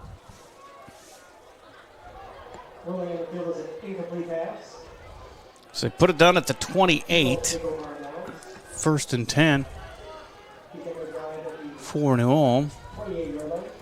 on the fumble and recovery by the Eagles, but it was a turnover on downs anyway. But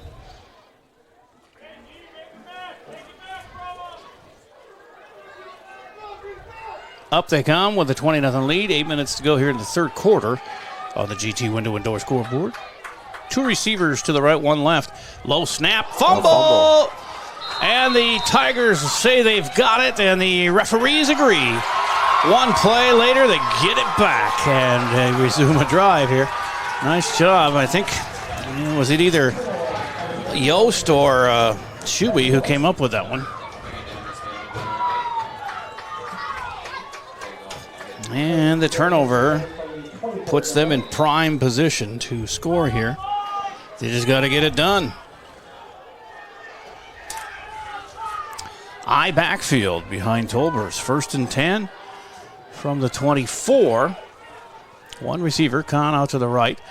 Fake handoff, and they're going to go to Kahn in the end zone, or at least inside the 5. It's tipped and almost intercepted, but he dropped it at the last second. Incomplete.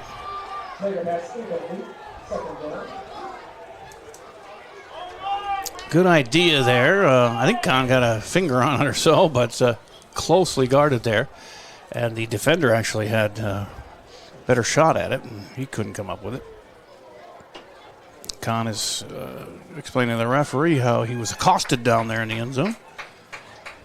2nd and 10 from the 24. Again, I backfield, receivers right and left. Kahn and Yost. It's a pitch back to Irvine, and he's going to run it down to about the 21-yard line. A couple of yards.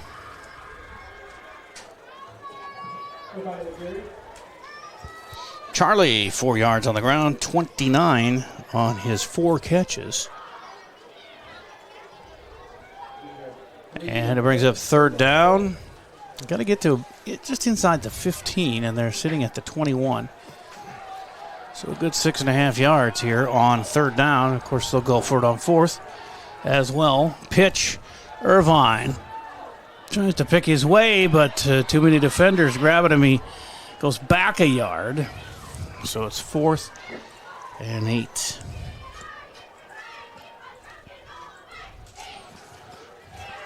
Not enough road graders in front of that run.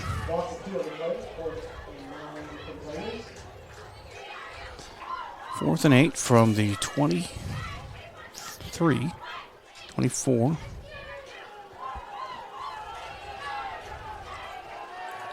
Up to the line, 2 receivers to the left and 2 to the right.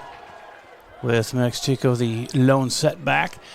Tolber's going to have to hurry. He gets it in the way. Kahn is open. Catches it for a touchdown.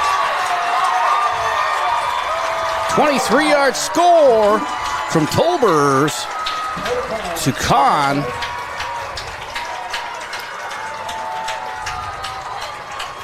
Makes it 20-6.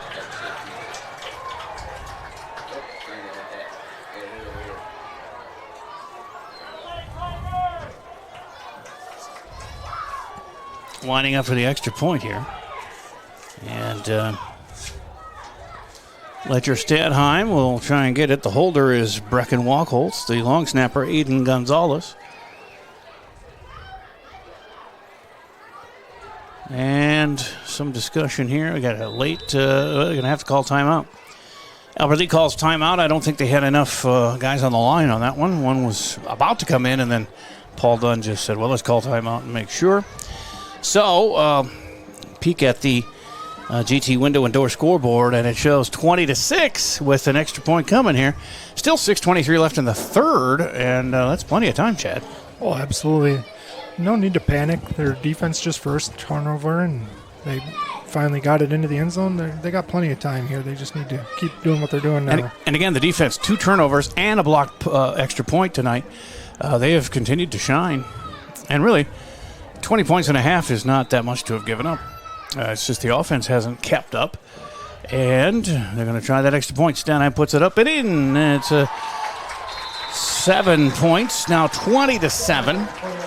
And that missed extra point might come into play. We'll see as time continues here with 6:23 to play in the third quarter. And the kickoff coming up here from the Gus. It was nice to see Tommy Kramer earlier. I got to know Chuck Foreman a little bit, too, in my couple of years over in Mankato. He was on my show once a week during the Vikings season. And the stories those guys tell, I didn't even want to talk about this year's team or that year's team. I wanted to know the stories from Chuck and Fran Tarkenton and all the guys he was with in the 70s, the 3 trips to the Super Bowl. And Foreman said that he was disgusted by the coaching staff they would change things up when they get to the Super Bowl. And he said, why don't we just go with what we did to get here? Right. We're always 12-2 or 10-4, and then we get to the Super Bowl and stink it up. He was real upset about that, but yeah, he's not in charge. So here's the kickoff to the 5. Good distance on that one. Now stop him here as he gets some room, though, around the left side. Only one man to beat, and he trips him up. Nicely done out there defensively. Otherwise, that was a score. Looked like Ledger Stadheim, the kicker. Or no, is it? Let me see. 22. Devin Gonzalez. Okay, made Devin. the stop. Nice job there to save another 6. Boy, he had some room around that left side. As they're going to set him up at the Alberley 45, 1st and 10. 13-point game here, 20-7.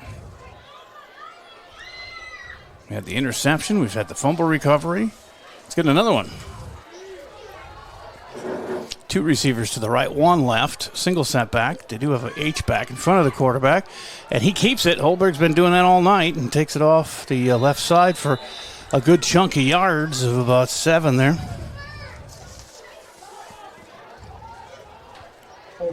That's that play they had success early on with, and Alberley had stopped it there for a while. So hopefully they can figure it out again here. 9th carry for quarterback Preston Holberg.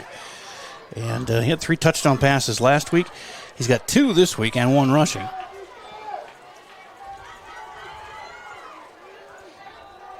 As they set up 2 to the right, 1 to the left. And again, the single setback. And it's a keeper from Holberg. Oh, he's hit hard before he gets to the line of scrimmage. He might have eked out a half a yard on that.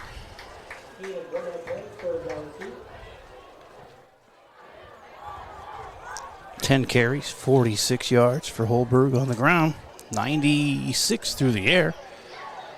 But he has that fumble last series. It may not have been his fault, but he's going to get the credit for it or the blame. 2 receivers left, 1 right. On 3rd and 2, big play here. I think they go for it on 4th if they don't make it. Handoff on the end around, and he squirms up close to the first down. I don't think he got there. He had to get to the 35. It's just short, so it's going to be 4th and short. He almost had him in the backfield there. Would have been nice for a couple yard loss. Yeah, spun through that one, and that's 2 carries for Hubbard for 5 yards. He's the one with the 2 touchdowns of 33 and 16.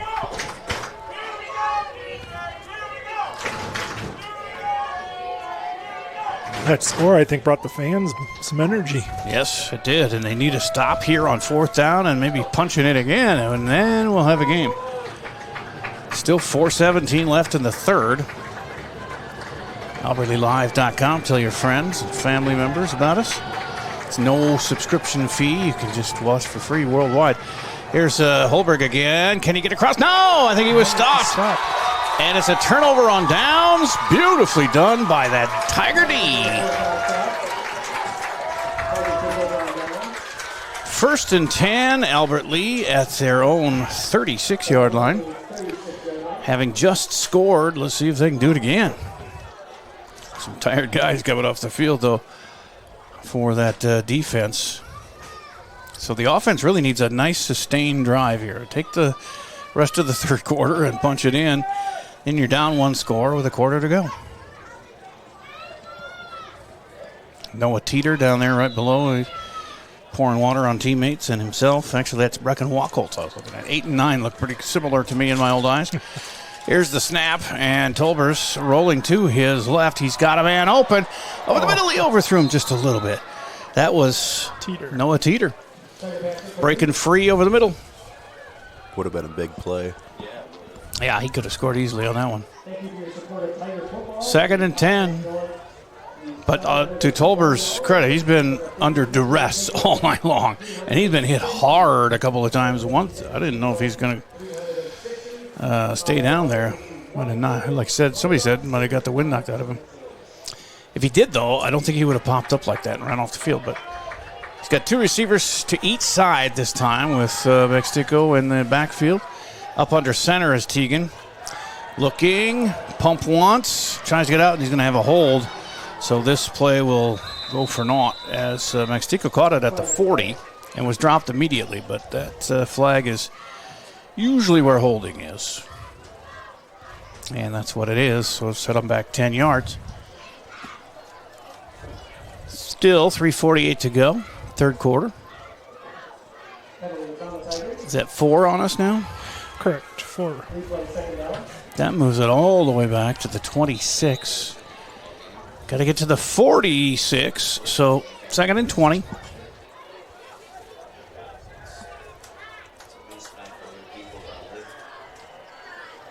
Tolbers gets the play from Easton Shuey.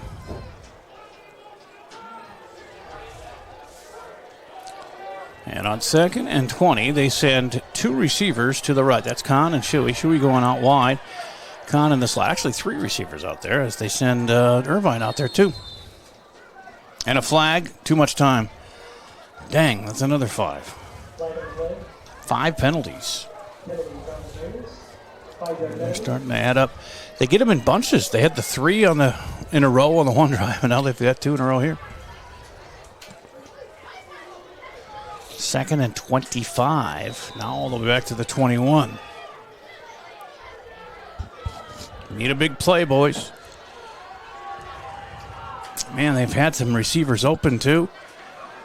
And 3 receivers this time to the left. Kahn in the middle of Irvine, and here's a run on the right side, gets up to the 30. Mexico. About a 10-yarder, it was at the 21, it's at the 30, so 9 yards. Nolan brought the blitz there, and they were able to sneak past the line of scrimmage and gain a good yardage. Yeah, his biggest carry of the night for Esteban. But now 3rd and 16 from the 30. With 3:12 and counting left in the third quarter. Irvine, Kahn, and Shuey out to the left in that order as he rolls. Teagan does, and he goes back to the right. He's got some green in front of him, and he runs head on into Ian Brulé. And that'll end that play with a few yards gained, but it's going to bring up 4th and 12, and from this point of the field, you got to punt it away. Tolbers got to the 34. And wasting no time, getting in punt formation. Isaiah Diaz will kick it away. Nice snap. Ooh, close to blocking it, though, on the Eagle defense. But he takes another nice Albert Lee roll all the way down to about the 21, where it's covered by Stadheim. And it'll be 1st and 10 going the other way. 2:14 to play in the third on the GT window and door scoreboard. 20-7, New Ulm over Albert Lee. Eagles starting out here at the 21. Another turnover would be just what the doctor ordered for this Tiger defense. Although you mentioned it before, they got to be tired because they've spent a lot of time on the field.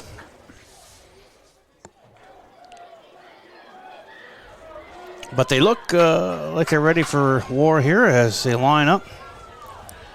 Nobody's huffing and puffing, and a lot of these guys play both ways anyway.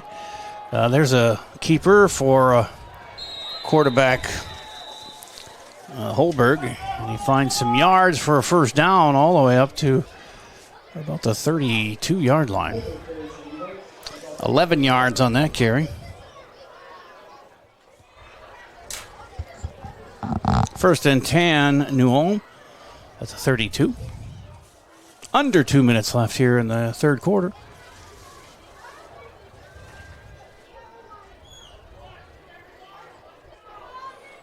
Two receivers right, one left. nobody in the backfield with Holberg, and he's going to keep it and run it right up the middle. Good chunky yards over the 40. Almost a first down there. Depends on where they put it. He'll be a little short, about a yard short. 9-yard gain there, too.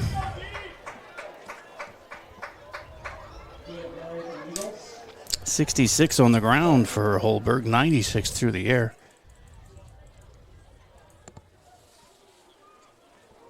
They haven't scored in a while, though, and they had the 2 touchdown passes and the 1 run in that first half, but Tiger D has shut them down here.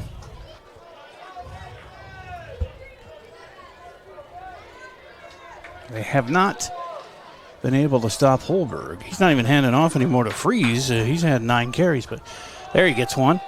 And he scoots forward to maybe the 45, about a 3-yard gain. It's going to be a first down. 44-yard line is where they mark it. Give him a couple on that one. 1st and 10 as they move the sticks. And New Ulm's objective here is to kill as much clock as they can on their way to maybe a score. But I don't know if they even, well, they probably do with only a 2-score lead here. Want to put some more on the board. Reference to follow us on Facebook and Instagram. As it is 1st and 10 here from the 44 on AlbertLeeLive.com. And you can also find us on Facebook and Instagram at Albertly Live. All one word. It's keeper again for Holberg. Oh, he is pounded down at the 46. That'll be the last play of the third quarter. And he gains a couple of yards to make it 2nd and 8. And when we return, it will be fourth quarter time as we check out the GT Window and Door scoreboard. After 3, 20-7, New Ulm, and they'll have the ball when we return here on AlbertlyLive.com. Go to that 1 minute, or go to the clips, sorry. Click this one. Looking for a home that is buzzing with potential? Everyone wants to be in the know about real estate sales and current trends in their neighborhood. Contact one of our local and relentless agents at Century 21 Atwood and Professional Pride Group to be in the know about real estate and even learn about becoming a homeowner today. Century 21 Atwood and Professional Pride Group. We're unstoppable together. Discover GT Window and Door, dedicated to transforming houses into homes for over 12 years. Every window and door is an opportunity to step into a world of possibilities. Whether it's upgrading your windows for better insulation or adding style with a new door, GT Window and Door is here to make your home dreams a reality. I'm Adam with GT Window and Door. We take pride in our commitment to excellence, ensuring we're your go-to for all things windows and doors. Call us today to schedule your consultation and start your journey to a more beautiful, comfortable home with GT Window and Door. Back here in Albert Lea, and by the way, you want to see your commercial on there, give me a text at 507-402-1600. We'll meet, we'll talk, we'll get it done. And you can be with us throughout the high school year here. We'll do some activities as well as games. As we are ready to go fourth quarter here, 20-7. The New Ulm Eagles with the ball and the lead. They are facing a 2nd and 8 at their own 46.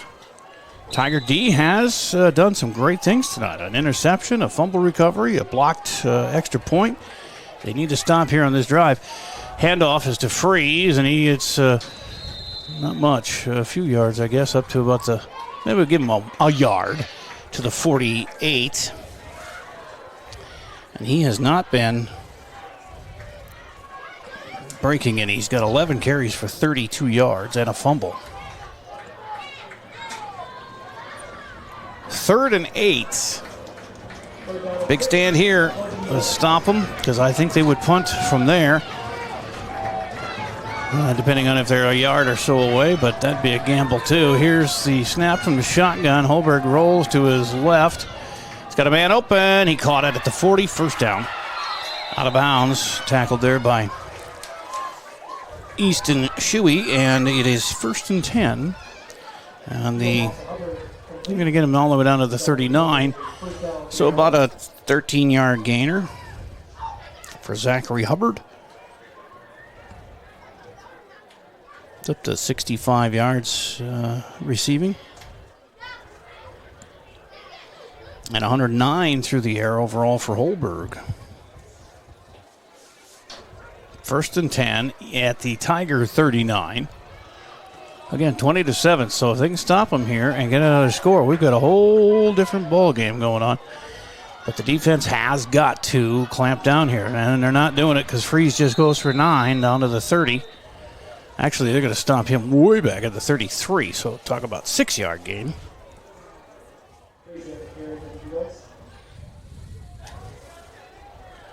Second and 4.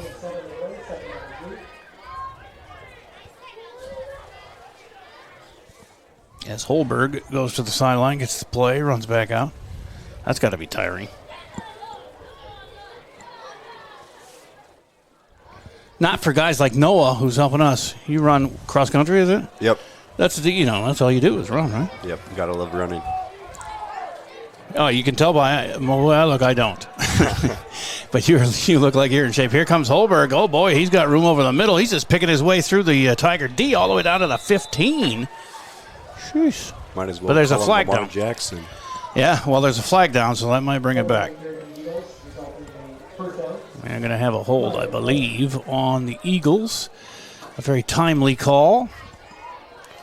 And that goes for naught. All the way down to the 15? I think not. How about you take it all the way back to about the 45? 10.5 to go.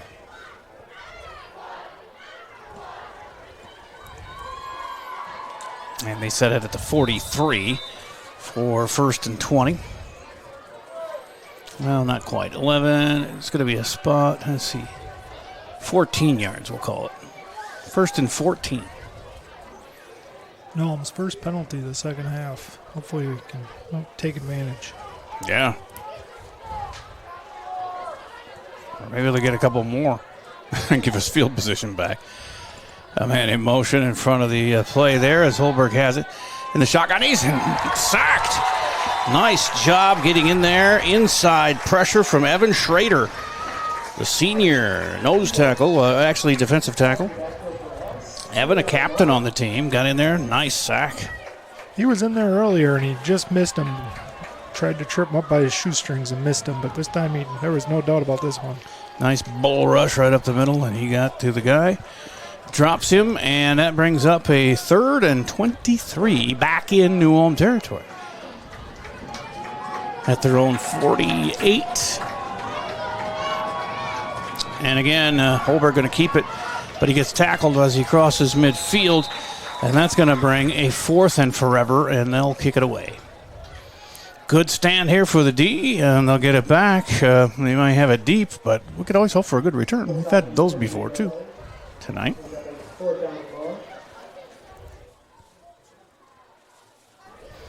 As back deep is Yost and Kahn at about the 10, inside the 10 actually.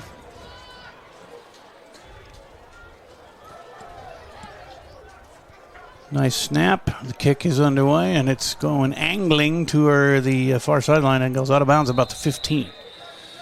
We'll see where the ref marks it officially as he keeps strolling and stops at about the 15, like I said. So 1st and 10 here for the Tigers. And we got to get this offense rolling some more. Now, Tegan Tolber's 62 yards through the air.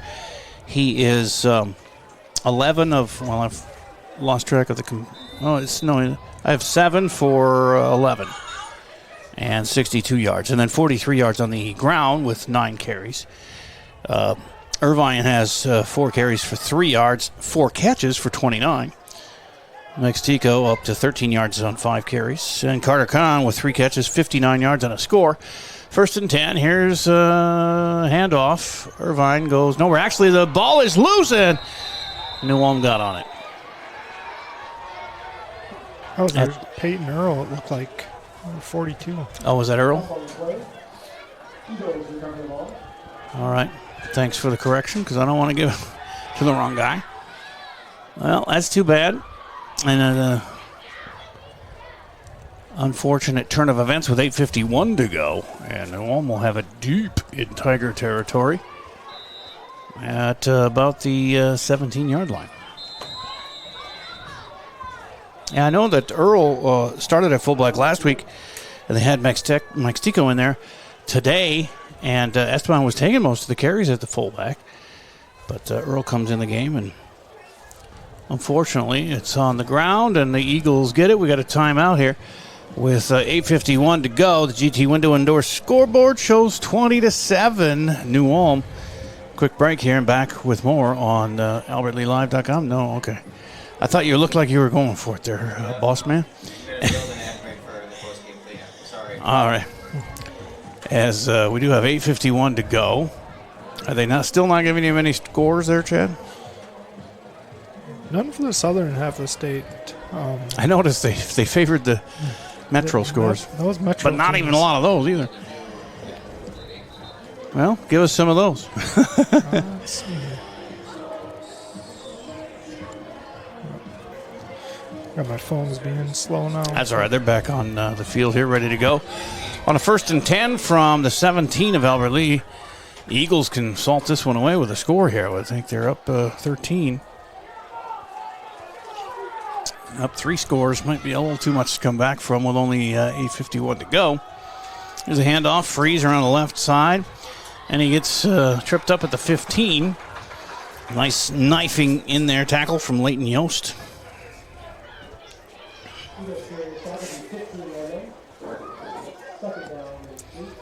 Second and 8, they give him credit for 2 yards for Isaac Freeze. And you can bet New Ulm is going to take their time in and out of the huddle. Run as much time off the clock as they can before snapping it. As they are at a 2-score advantage with the ball deep in Albert Lea territory at about the 15. Second and 8. And Holberg has a man open, and he caught it. Touchdown, as falling and making the grab in the end zone was Tanner Backer. And that'll be hard to overcome. Holberg to Backer.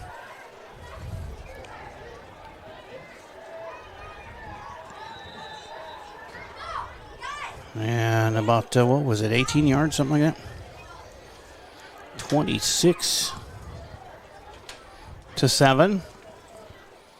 Trying to tack on the extra point. And it's up and good. 27-7, New Ulm on a nice pass play, and he was wide open. Wide open in the end zone. Coming back with a kickoff here. Just under 8 minutes to go on AlbertLeeLive.com. Discover GT Window and Door, dedicated to transforming houses into homes for over 12 years. Every window and door is an opportunity to step into a world of possibilities. Whether it's upgrading your windows for better insulation or adding style with a new door, GT Window and Door is here to make your home dreams a reality. I'm Adam with GT Window and Door. We take pride in our commitment to excellence, ensuring we're your go-to for all things windows and doors. Call us today to schedule your consultation and start your journey to a more beautiful, comfortable home with GT Window and Door. Here we are in Albert Lea, J. Paul, with Chad Butchler and Noah, our student helper, and of course Lance Reister, the head man here. The Twins are losing 4-0. And another NFL game going. The first one in Brazil tonight. Green Bay and Philadelphia playing. Here's the kickoff. A little trouble corralling the ball there, and he's going to avoid a couple of tackles and head to his left. That is Albert Lee's Frederico Rivera on the return. And in that Rio game, Packers leading 19-14 there in the second quarter. First and 10 now for the Tigers at their own 17, trailing now by 20 again, 27-7.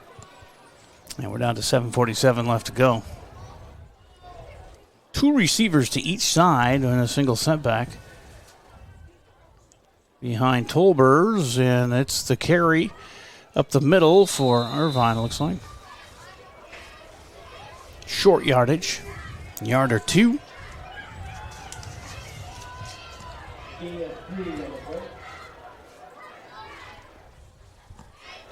Got up to the 21.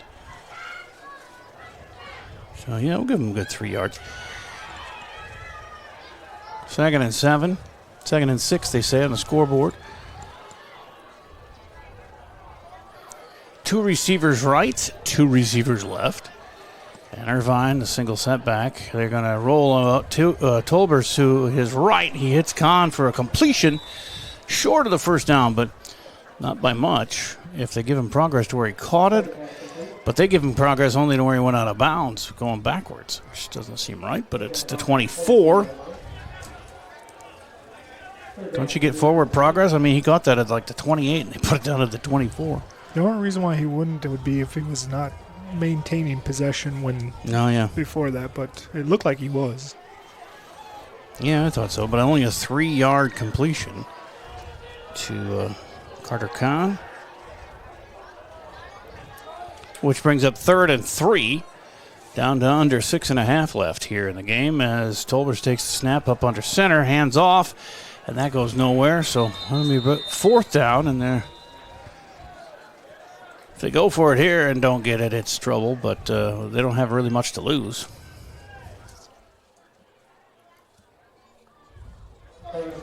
As Irvine, again, tough running inside, has not found any daylight. He's had better luck on his pass receptions this evening.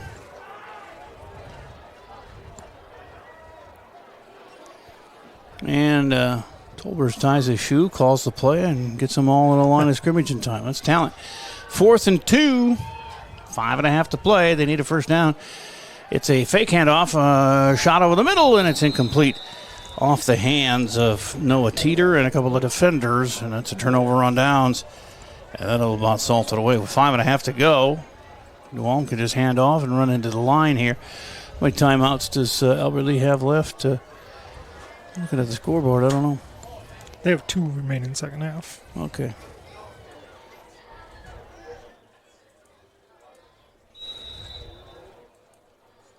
And I'll put it down at the 26, just outside the 25 and a half yard line.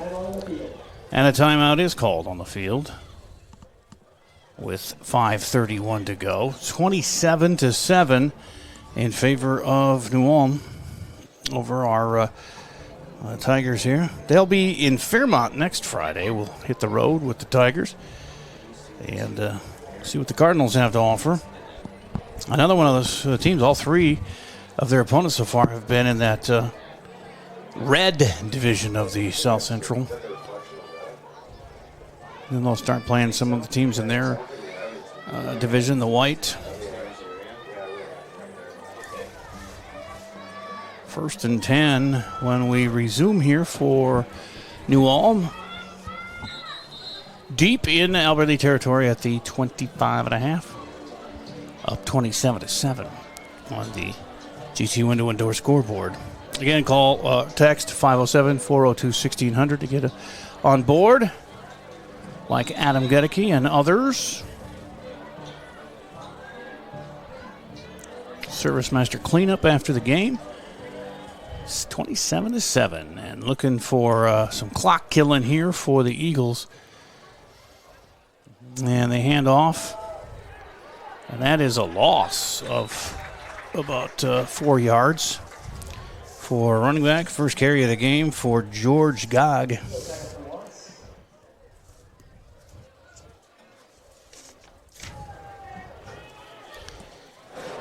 -4. 2nd and 14 at the 30. Down to 5 minutes to go.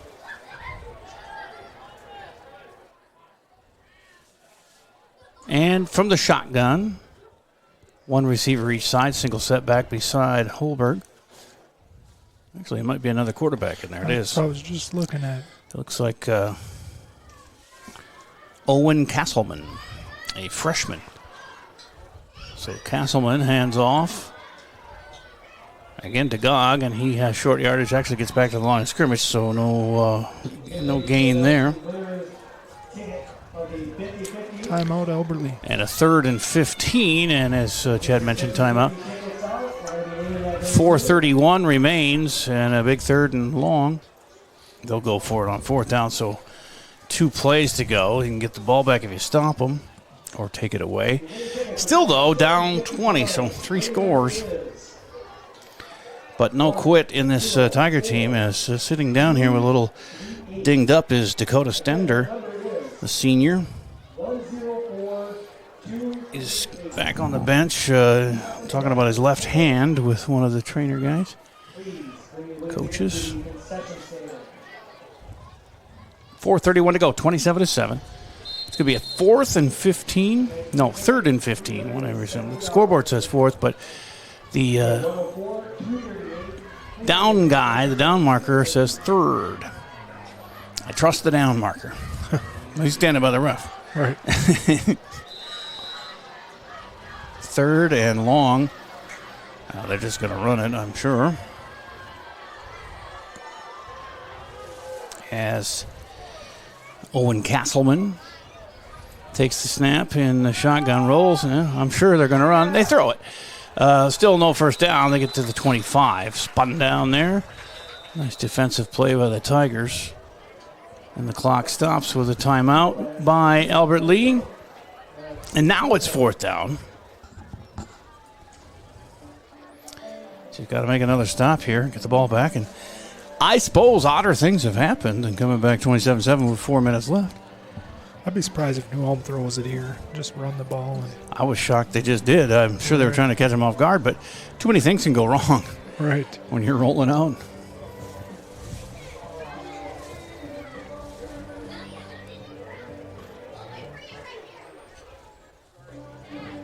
Beautiful night for football. A lot of people showed up here. First home game of the year, including Tommy Kramer, former Viking quarterbacking legend, one of the top 50 Vikings of all time.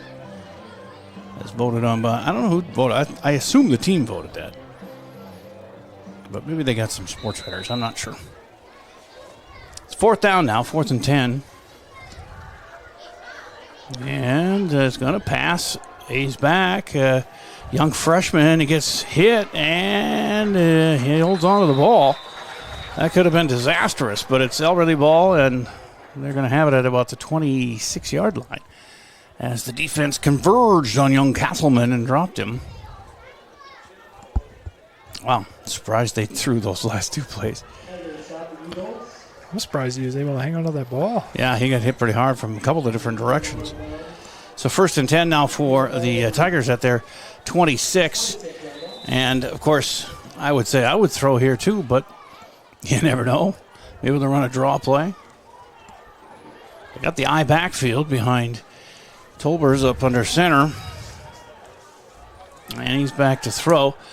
Down the near sideline. Shuey dives for it and misses. Whew, close. And he would have been down there, but that would have given him field position to the midfield. And really pretty good chance to score again. 2nd and 10 here now from the 26.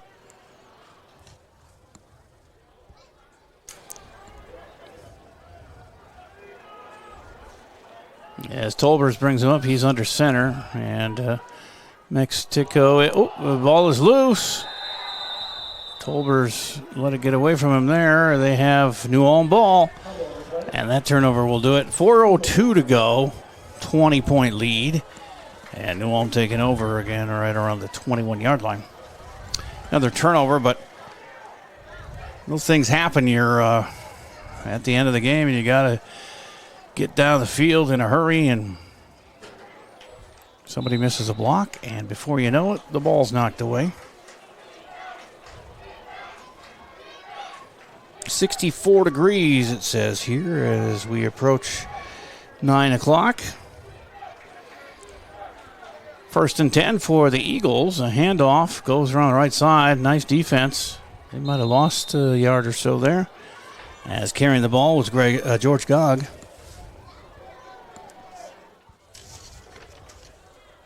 his third carry of the last couple of drives, and he's going backwards. He's it depends on the way they put it here. They give him possession, a couple of yards lost, so he's minus 6 yards on his 3 carries.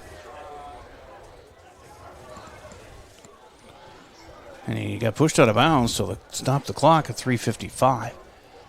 As the Eagles come up, shotgun, single setback beside Castleman, who takes the snap and hands it off. And he gets buried right away. Ball carrier nowhere to go, as that is Tyshawn Brown, the junior running back.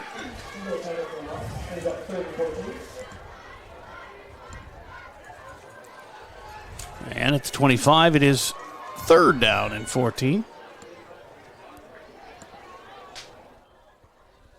Castleman comes in with a play.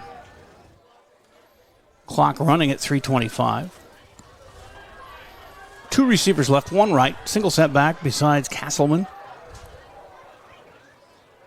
And it is a carry for Brown.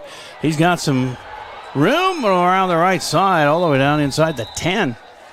1st down and goal, although there's a flag thrown. Boy, they were a scuffle here up the field a little bit, involving Sam McGill of the Tigers, surrounded by 3 or 4 Eagles.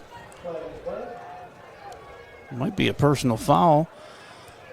Watching the New Ulm players, they're walking back like it's against them, but Albert Lee's staying downfield. So, see what they call here, but kind of a dust up there. 1 against 3 or 4. So they're going to give him the play and then bring him back 15? Is that how that works? Yeah, they're going to say it's against New Ulm. Personal foul. Some of the rough stuff, and they will move him back. So, yeah, they give him the play. Brown ran it down to about the 8, so they're going to mark it off 15 from there. And it'll be 1st and 25, or 1st and goal, actually, from the 24.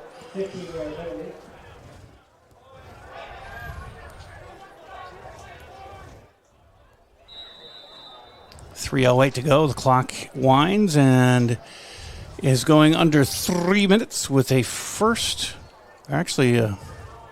down and goal from the 24. Castleman brings him up. He's in the shotgun. He has Brown, his tailback, to his right. 2 receivers right. That's a Brown run to the left. He cuts it inside of about the 19. 5-yard pickup for Tyshawn. 5-yard gain on play, 2nd out of 5. And the clock keeps running. I believe Albert Lee's out of timeouts. 2:26 to go and running on a 2nd and 5.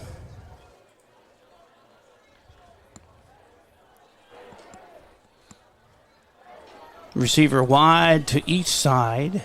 Castleman in the shotgun with Brown beside him. If he's smart, he'll give it to Tyshawn and get out of the way.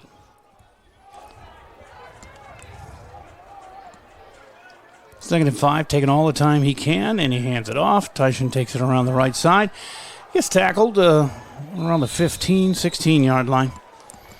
And that will take the clock all the way under a minute and a half before they snap it. On 3rd down.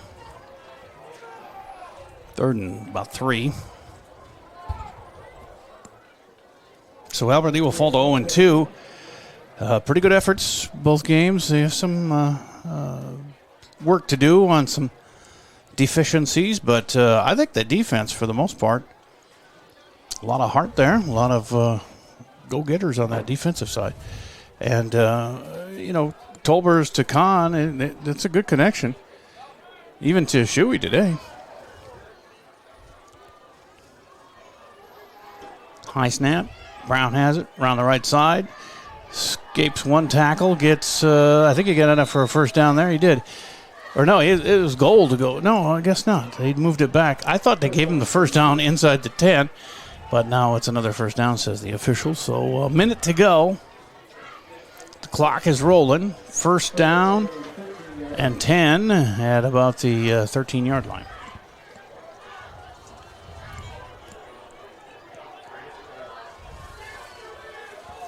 And they have the victory formation. Up under center, Castleman will take it and take a knee. And that should do it. 34 seconds when his knee touches.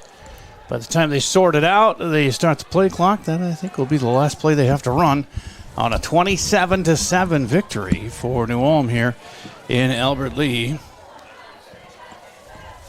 Players still milling around. We'll see if they do have to play one more snap. You can stick around for the Service Master by Hyatt post-game cleanup. It's coming up around the corner. Yeah, that'll be it for the game here. 6 seconds and rolling. 27-7 your final. We'll take the break and be back with the Service Master Service Master by Hyatt cleanup on AlbertLeeLive.com. Discover GT Window and Door, dedicated to transforming houses into homes for over 12 years. Every window and door is an opportunity to step into a world of possibilities. Whether it's upgrading your windows for better insulation or adding style with a new door, GT Window and Door is here to make your home dreams a reality. I'm Adam with GT Window and Door. We take pride in our commitment to excellence, ensuring we're your go-to for all things windows and doors. Call us today to schedule your consultation and start your journey to a more beautiful, comfortable home with GT Window and Door. You have a brand new house, or you just got done with a remodeling project. You want to show it off, but the construction has left a giant mess of dust and dirt. This is Beth Hyatt. After the work is done, let Service Master by Hyatt make sure that you don't have to do more work to clean up after the construction crew leaves. Show off and demand the yellow van. Call Service Master by Hyatt today, 877-945-0993. Demand the yellow van. Call Service Master. 7-7 your final. New Ulm comes in here and wins. They're 2-0. And the Hard Luck Tigers, it's a couple of spirited games. They lost by 2 last week in St. Peter. A little bit wider score here, down 20. Started out with a touchdown from Holberg to Hubbard for New Ulm in the first quarter, 7-0 after the extra point. Then they scored again, that same combination, Holberg to Hubbard, 16 yards out. Missed the extra point, though. It was 13-0. And then 20-0 after a Holberg 5-yard run, and they made the extra point. It was 20-zip at halftime. Tolbers to Kahn in the second half, a 23-yard connection for a score. The only touchdown for the Tigers on the night, 20-7 after the extra point by Stadheim. And then Holberg threw another touchdown, 18-yarder to Backer, 27-7 final. With 3 touchdown passes last week, Holberg had 3 this week. And he also ran one in, so he's off to a great start this year for the Eagles. A senior quarterback, 109 yards through the air, 68 on the ground for him. 40 gained by Freeze, their running back. And Zach Hubbard had a couple of touchdowns with 65 yards. For Albert Lea, Tegan Tolbers was good for 65 through the air, 43 on the ground on 9 carries by my count. Charlie Irvine, the junior tailback, had 6 carries for 7 yards, but he did most of his damage on catches, 4 grabs for 29 yards. Esteban Mextico, 5 carries for 13 yards. Carter Kahn led all receivers with 62 yards and a score on his 4 catches. So lessons to learn, I'm sure, from this, Chad, and Noah, but after going, I don't know, they didn't win any games last year, but I think they're a lot closer to winning games this year. I think they maybe won. Maybe one, yeah. Yeah. But they were getting handled pretty well last year for the most part, and this year, they've stayed with it. Been not, I guess. If you look at it, they were down 20-0 at halftime, so they really weren't in it, but they made it look good, and last week they were in it till the end. And kind of got robbed out of a win that really would have helped the program, I think. But they're still fun to watch, especially defensively, and some shining moments on offense too. But too many penalties. Yeah, tonight was different from last week. Was the penalties? Penalties definitely came back to bite them, and it wasn't even the amount of penalties. It was when the penalties when they occurred. happen. Yeah, they had them at the worst opportune times. Mm-hmm. Yeah. And some blocking deficiencies, too. Yes. Tolbers was taking way too many heavy hits at quarterback there. And so they got to shore up some blocking technique and get back to the basics on those penalties. Too many procedure penalties, a couple of holding calls, too. And like you said, it came when they got the first down. Oh, no, they got to go back with the penalty. Right. Yeah, so they lose the momentum that they had gained. But, the Service Master by Ayat cleanup is 27-7 as we look one more time at the GT Window and Door scoreboard. And again, 507-402-1600 to get your name mentioned here, too. Get some ads going for you as we continue to grow here on AlbertLeeLive.com and on Facebook and Instagram as well. You can catch us there. Updated regularly. There's all kinds of great stuff to look at. There's schedules. There's games to watch that are in the bank, and you can go back and watch some plays with your family and friends if you want to. And again, we are just underway here on AlbertLeeLive.com. Lots of great stuff coming up here in the near future and for a long time, we hope. I am Jay Paul. Chad Butchler, thanks a lot. You're off. Are you going to be? No, you're going to. I'll be here Tuesday. Oh, yeah. You're going to be here Tuesday for the boys' soccer game. And then you're off for a little while. So we'll see you Tuesday. Sounds great. Noah, I don't know if you coming back Tuesday, but we will see you, I'm sure, down the road here. And, of course, Lance Reister, thanks for all that you do. I'm Jay Paul saying good night from Jim Gustafson Field. 27-7 loss for the Tigers in high school football on Albert Lee Live.